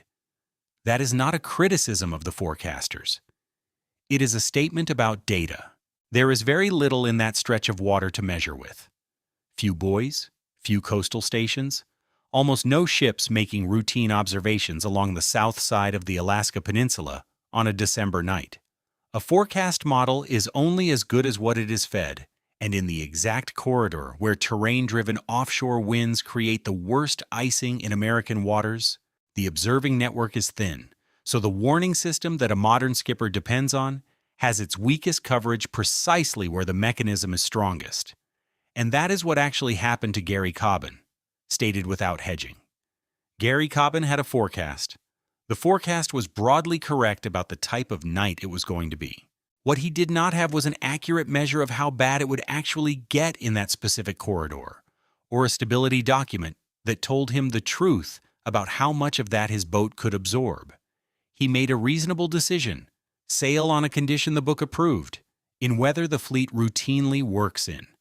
And when conditions exceeded both the forecast and the book, he did the correct thing and turned for the lee of Sutwick Island. The distance to that lee was a few miles. The time available was less than the time required. That is what "the storm reaches you before you reach shelter" actually means. It is not about speed. Everyone in this story could outrun a wave. It is about the fact that the mechanism which disables the vessel operates continuously during the run for shelter and gets stronger the harder you push into the sea, because pushing into the sea is what generates the spray. The faster you run for safety, the more ice you make. There is no version of that problem you can solve with a better engine. A more powerful boat throws more spray. That is the trap in its purest form, and it is the same trap as the Lituya Bay entrance in 1786, where the current that was carrying the boats toward the breaking water was the same current the men were rowing against. In both cases, the escape route and the hazard are the same physical thing. The Coast Guard's own Marine Board of Investigation issued its findings as well, and the regulatory conversation that followed has focused on stability instructions, on how those documents are prepared and reviewed, on how skippers are trained to use them, and on how icing is treated in the calculations. Some of that has moved. Some of it is still moving. Studies take years, and rule-making takes longer, and in the meantime, the fleet goes out every winter with pots on deck. Whether the response addressed the fundamental system or only one part of it is a fair question, and the honest answer is one part. Better stability books will save lives. They will not change the fact that cold air pours off the Alaska Peninsula through mountain gaps onto near-freezing water, that boats have to cross that water to reach the grounds, that the grounds are where the shoal banks are, and that the nearest rescue helicopter is more than an hour of flying away in the best conditions of the year. Which brings us back to the thing this coast does that almost nothing else on Earth does, and to the last piece of the mechanism. Everything so far has been about accumulation. Ice building over hours, a storm deepening over a day, scurvy advancing over weeks, a ship sitting on a reef for 40 hours while the weather closed in.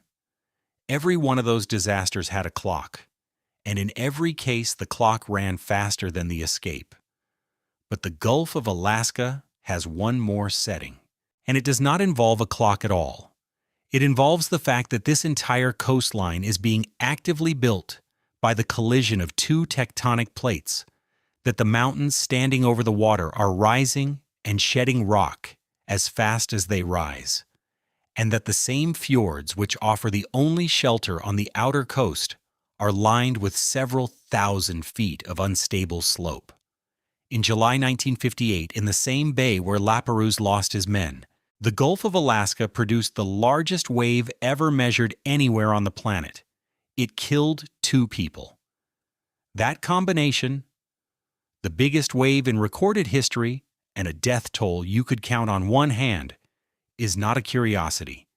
It is the final lesson of this coast, and it explains everything that came before it.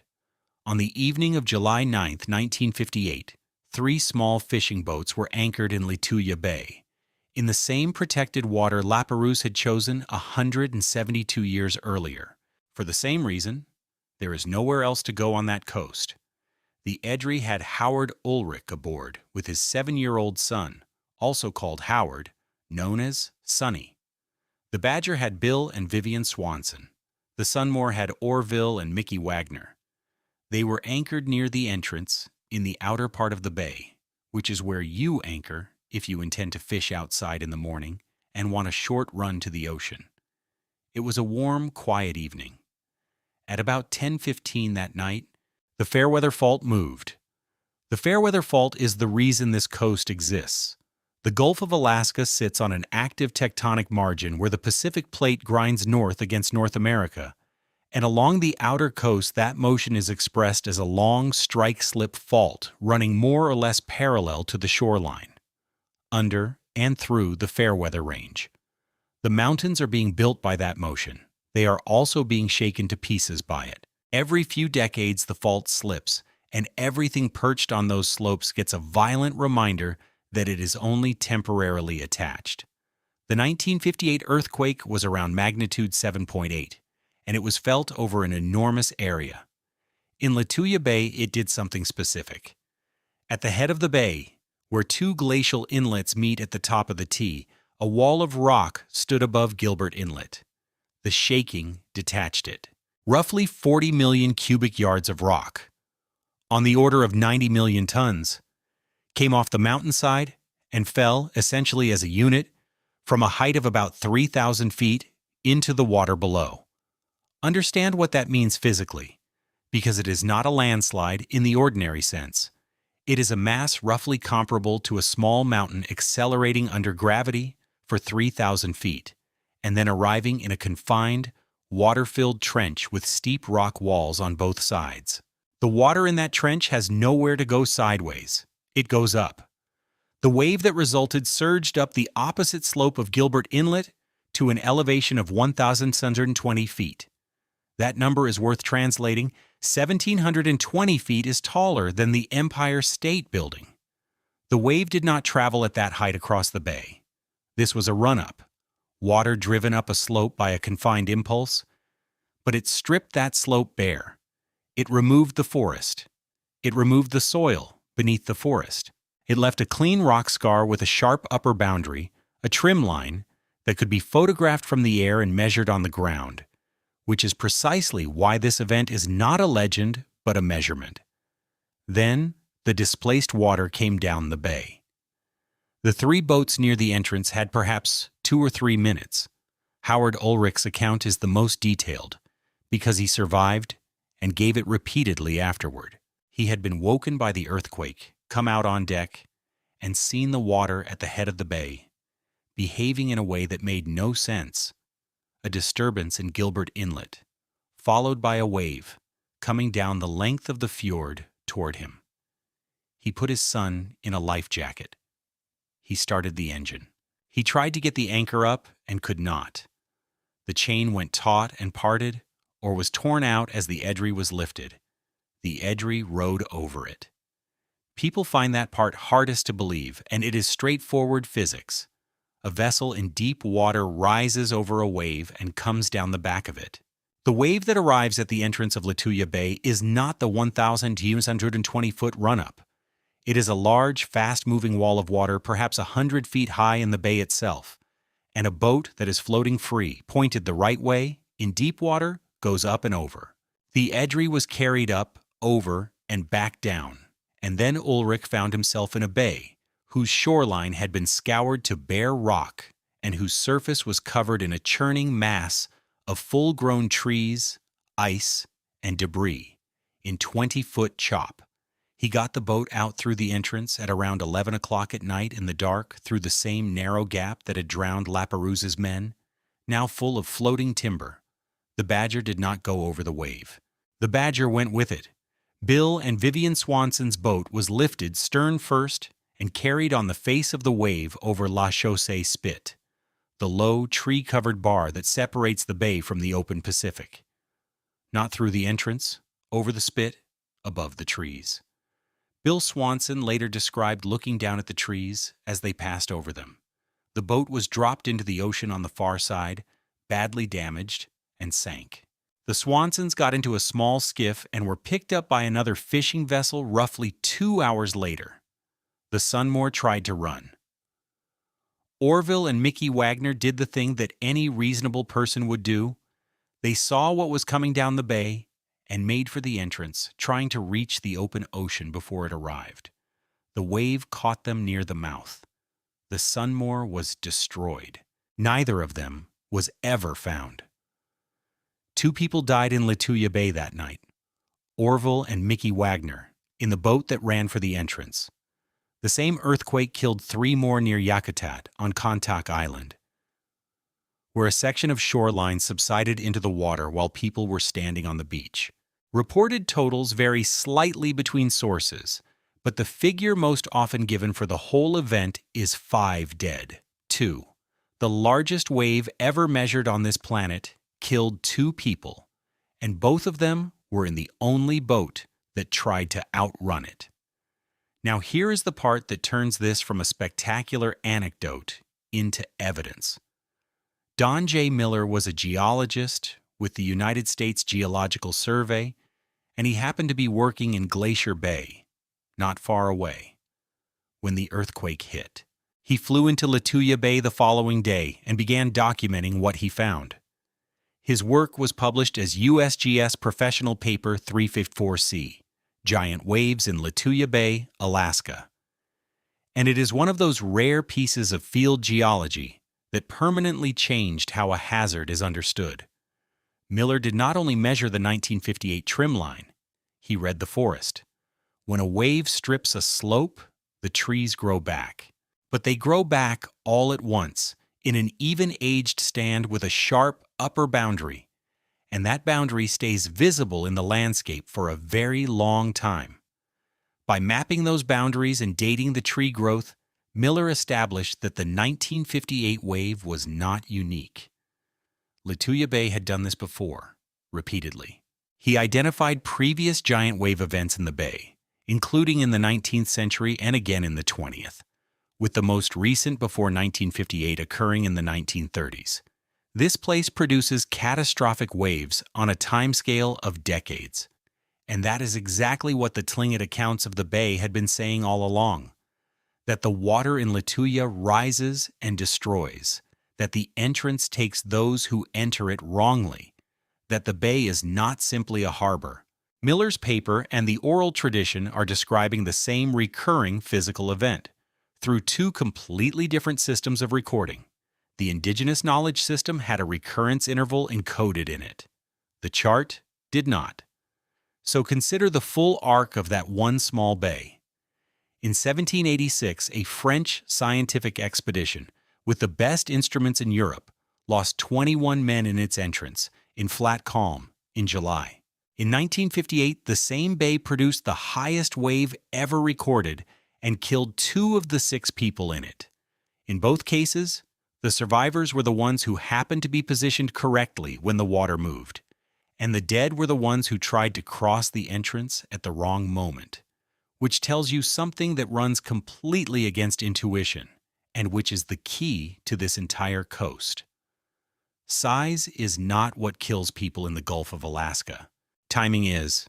The 1958 wave was the largest ever recorded, and it killed 5 people, because almost nobody was in the way, and the ones who were had a boat under them.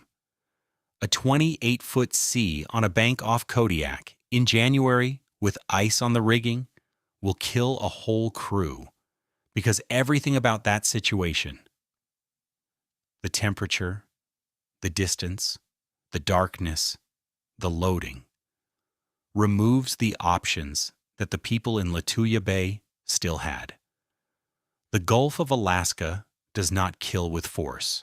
It kills by shortening the interval between the moment a situation becomes survivable with effort and the moment it becomes unsurvivable. Everything in this basin is engineered by geography to make that interval smaller.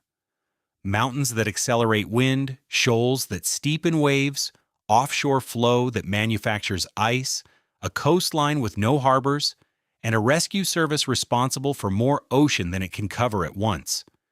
And the fastest interval of all belongs to the ground itself. On March 27, 1964, at 5:36 in the afternoon on Good Friday, the seafloor beneath Prince William Sound ruptured in a magnitude 9.2 earthquake, the second largest ever instrumentally recorded anywhere on Earth. The shaking lasted around 4.5 minutes.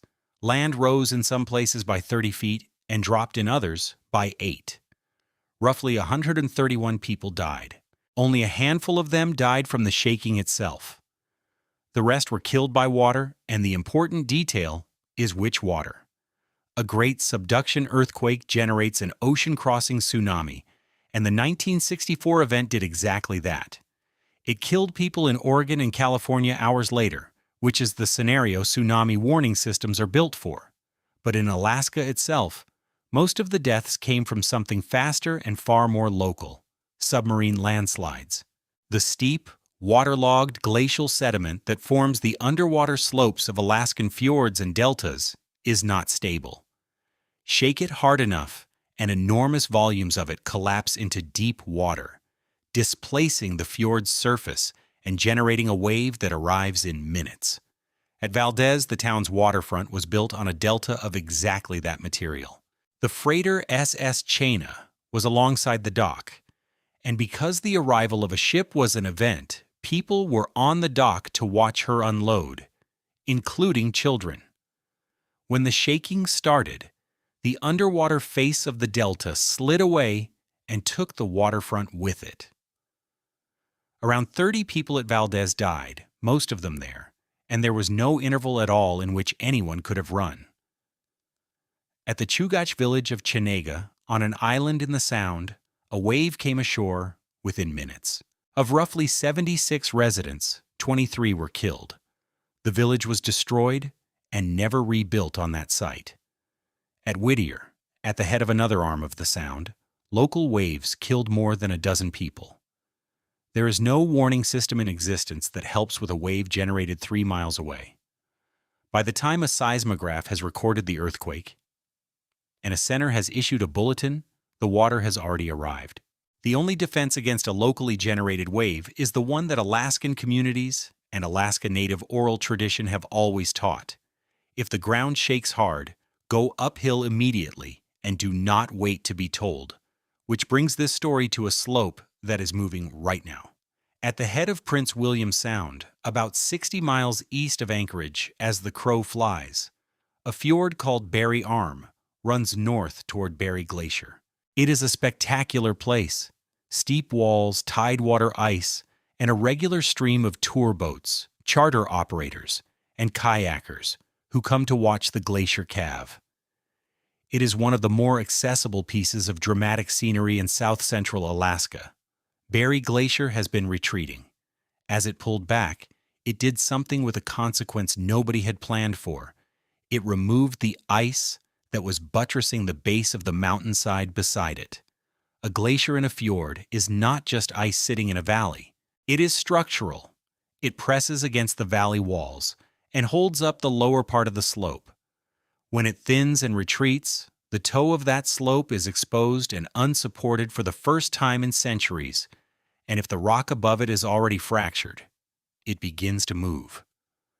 Satellite radar and photographic comparison showed exactly that at Berry Arm, a very large mass of the slope above the fjord, already creeping downhill, sitting directly over deep water. In 2020, a group of scientists flagged it publicly, and the initial assessments were alarming enough that state and federal agencies moved fast. The concern was straightforward. If that mass fails rapidly and catastrophically, it does at Berry Arm what the 1958 rock slide did at Gilbert Inlet, drops an enormous volume of rock into a confined fjord and displaces the water violently. The modeling work that followed, published by the USGS and refined since, has produced numbers that need to be presented carefully, because they were revised, and the revision matters. Inside Berry Arm itself, the modeled consequences remain extreme. Run-up on the opposite fjord wall, potentially exceeding 500 meters. Wave heights in the northern part of the arm, on the order of 200 meters, and wave heights of several meters even in the southern part of the arm. That is a Lituya-class event in a place where people go on purpose, in boats, in summer.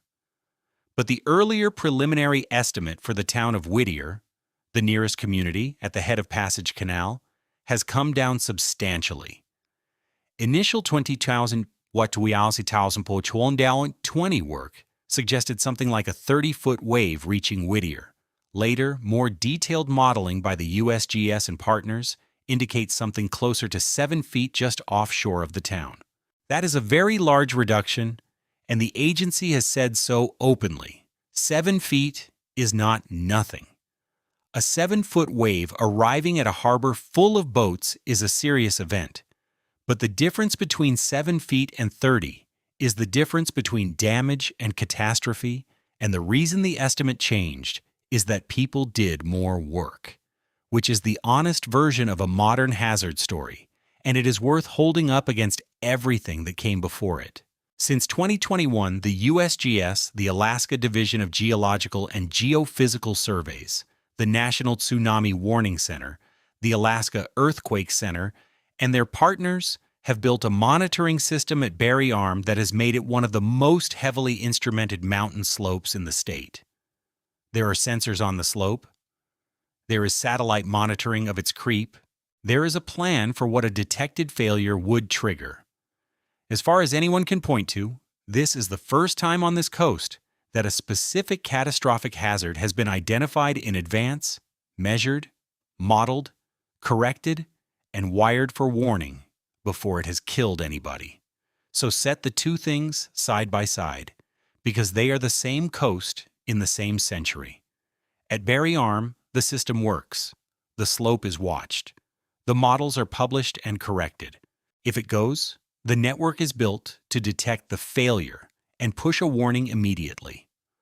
400 miles southwest, off Sutwick Island, the forecast underestimated conditions because there was nothing out there to measure them with, and a stability booklet approved a loading condition that the physical world did not honor, and 5 men were lost in a routine transit.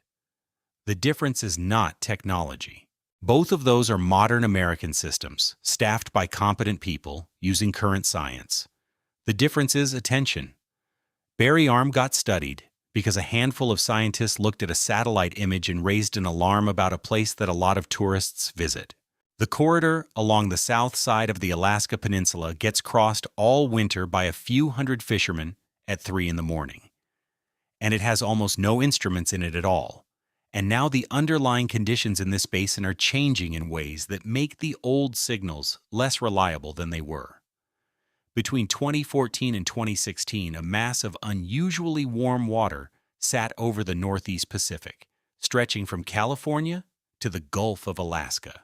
Researchers called it the blob, and the temperature anomaly ran 2 to 3 standard deviations above the long-term average across an enormous volume of ocean.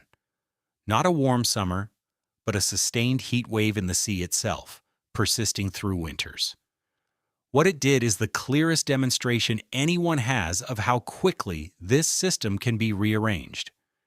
Between 2015 and 2016, roughly 4 million common murreys disappeared from breeding colonies across Alaska. A 2024 study in Science established that as the largest documented die-off of a single vertebrate species in modern times. The birds that washed up were emaciated. They had not been poisoned or caught in nets. They had starved because warm water restructured the food web beneath them, shifting where the forage fish were, how nutritious they were, and how much energy a predator had to spend to get them. Gulf of Alaska Pacific cod crashed by something on the order of 80%. The federal cod fishery in the Gulf was closed. Humpback whale numbers in parts of the region dropped by around a fifth. Chinook salmon declined. Now connect that to the danger system, because this is not a wildlife story. The reason boats are out on that water in December is that there are fish there in commercially useful quantities, in a place and at a time that people have learned over decades. When a stock collapses or shifts, the fleet does not stop fishing. It changes what it fishes for, where it goes, and when it goes. And every one of those changes moves boats out of the pattern their crews know best and into water, and seasons they know less well. Local knowledge, the modern industrial version of it, built out of 30 years of a skipper's own experience, depends on the environment repeating itself. That is the entire basis of the thing. You know that the weather usually settles for a couple of days after a certain kind of system passes. You know where the fish will be in the second week of January. You know which bay gives you a workable lee in a northwest blow.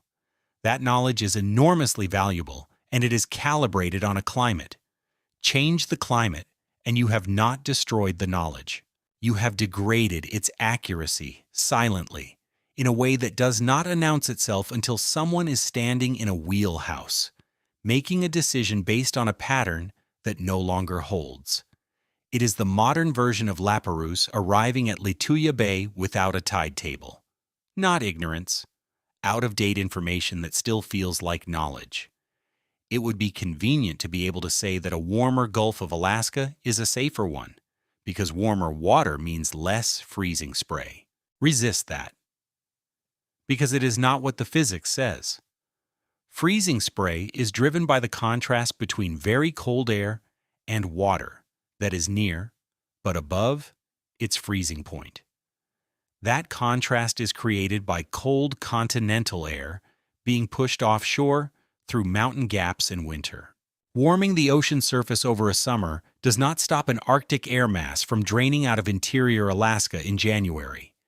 And the same temperature contrast that produces icing on a boat also feeds energy into the storms that form over the region.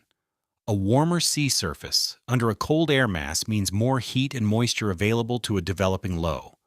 The relationship is not a simple dial that turns from dangerous to safe. Some hazards weaken while others strengthen, in different places and at different times of year. Less sea ice in the Bering means longer open water fetch, which means bigger waves reaching coastlines that used to be shielded. Warmer autumns mean fisheries, and shipping operate later into the storm season. Retreating glaciers, as Barry Arm demonstrated, unbutton slopes that were held in place for centuries. And there are simply more people out there. Alaska cruise traffic has grown to levels that would have been unimaginable to the crew of the Princeton Dam, with very large ships carrying thousands of passengers each along routes that cross the Gulf and work in and out of the Sound. Arctic shipping interest keeps rising. which puts more vessels through the Aleutian Passes and the Northern Gulf. Sport fishing, charter operations, and adventure tourism have put more small boats into the same fjords and entrances that have been eating vessels since the 18th century. Every one of those people is inside the same 4 million square mile search and rescue area, covered by the same small number of aircraft, subject to the same fuel arithmetic that shaped the Prinsendam rescue in 1980 and the Scandies Rose search in 2020, which is where all of this finally comes together, and it is simpler and worse than it looks. The Gulf of Alaska is dangerous because a very large number of independent factors happen to line up in one place, and each one removes a different escape route. The Pacific gives it a fetch of thousands of miles, so the swell arriving is fully developed ocean swell with nothing to break it up. The Aleutian Low gives it a permanent supply of deep, fast-developing storms in the cold season, some of them among the most intense non-tropical systems ever measured. The continental shelf gives it banks and troughs that take that swell and make it shorter, steeper, and closer together, over exactly the ground where the fish are, which is exactly where the boats have to be. The mountains take away the harbors, so there is often nowhere to run. Those same mountains take interior air and accelerate it through gaps out over the water, manufacturing the coldest, hardest offshore winds in the region, which then generate freezing spray, which then puts weight above the center of gravity, which then removes the vessel's ability to come back upright, and does it on a timescale of hours while the crew is doing routine work. The distances take away the rescue. Kodiak is 170 miles from Sutwik Island. Yakutat is 130 miles from where the Prinsendam burned. A helicopter's endurance turns those numbers into minutes on scene. And the weather that caused the emergency is the same weather that degrades the aircraft's ability to work. And the human motives never go away because they were never irrational. The Russians came for otter pelts because otter pelts were worth a fortune. The Klondike traffic ran on a schedule because the river froze. The crab fleet works in December because the season opens in January and the pots have to be on the grounds. The tankers run out of Valdez year-round because that is what the pipeline is for. The cruise ships sail in October because people book in October. Every one of those is a completely reasonable economic decision made by people who understand the risk, and the aggregate result is that there are always human beings in that water when the pressure drops. The technology has been extraordinary, and it has been real. Steel replaced wood, engines replaced sails. Radio told the world where you were. Radar found the reef in the dark. Satellite beacons cut the time between a capsizing and a launch order down to minutes. Immersion suits bought people hours where they used to have 20 minutes. Helicopters solved the transfer that killed everyone aboard the Princess Sophia. Stability calculations put a number on a thing that used to be a skipper's instinct.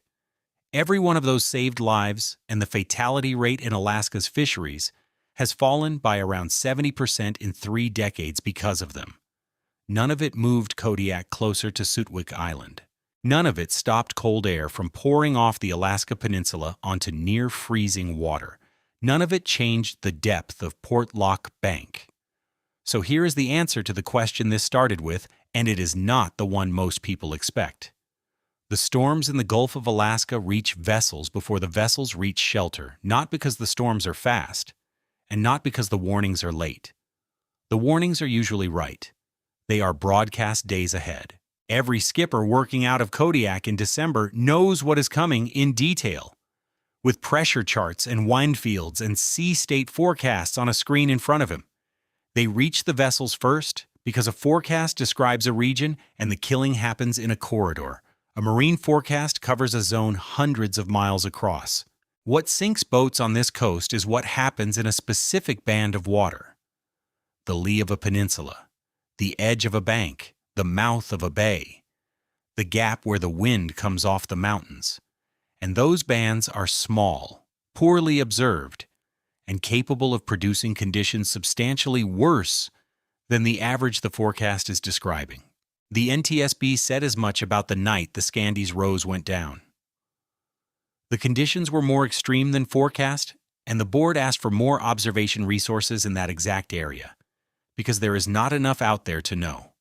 And even when the forecast is exactly right, the arithmetic of escape does not work. Escaping means covering distance. Covering distance means driving a boat through a sea. Driving a boat through a sea in freezing conditions generates spray, and spray generates ice, and ice is the thing that kills you. The run for shelter is the process that creates the emergency. Slow down to reduce spray, and you extend the time you spend in the icing conditions. Speed up to get out of them, and you make ice faster. Turn to take the sea more comfortably, and you may be turning away from the only lee within 50 miles. There is no course, no speed, and no engine that solves that. There is only leaving earlier, and leaving earlier means not going at all, and not going means the season is gone. That is the trap, and it is the same trap in every era of this story. The men rowing back toward the Boussole in 1786 were pulling against the current that was carrying them into the breakers. The escape route was the hazard. Bering's course home was the same passage that was killing his crew by keeping them at sea. The escape route was the hazard. The Princess Sophia's rescue fleet could only reach her in conditions calm enough that she was not yet in danger, and by the time she was in danger, the same weather had pushed them away. The escape route was the hazard. The Sunmore ran for the entrance of Lituya Bay, and the entrance is where the wave was worst. The escape route was the hazard. And on New Year's Eve 2019, a boat ran for the lee of Sootwick Island through the water that was building the ice. The geography sets the constraints. The weather activates them. Water, wind, and cold generate the force. Human motives, otter pelts, gold, cod, crab, oil, a paid vacation, a quota that opens on a fixed date, put people inside it. Equipment changes what people are willing to attempt and how far from help they are willing to go. Distance decides how many of them come back. Every one of those is still in place. Not one of them has been removed. Some have been softened, and the softening is real and measurable and paid for in lives learned from. But the structure is intact, and it will produce the same outcome again because it is not a series of accidents. It is a system, and it is still running. Barry Arm is still moving. The instruments on that slope are recording creep in millimeters, and nobody knows whether it will fail next spring or in a century or ever. Tour boats keep going up the fjord to watch the glacier because it is beautiful, and because the odds on any given afternoon are very good.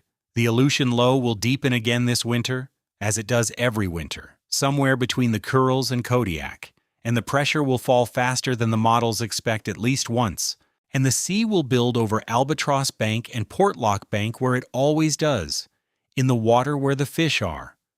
And in the dark, some morning in December or January, 130 feet of steel will be lying against a dock in Kodiak, with its deck lights on. The pots are already stacked, 5 high, lashed down, steel frames and webbing, a wall of gear standing well above the rail. The washdown hoses are rigged. Somebody is on deck in survival gear with a mallet, knocking last night's ice off the bulwark rail in flat white sheets, because it is easier to start clean. The exhaust is running.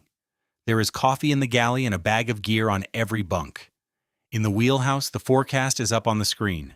Northwest wind, 35 knots and building. Air temperature well below freezing. Sea temperature just above it. Heavy freezing spray. Everyone aboard can read it. Everyone aboard knows exactly what it means, and knows what happened to the Scandies Rose, 2.5 miles off Sootwick Island, and knows the names of the 5 men who did not come back. The season opens in 9 days, and the gear has to be on the grounds. At a little after 4 in the morning, the lines come off and the boat turns southwest into the dark, and the first spray comes over the bow and freezes where it lands.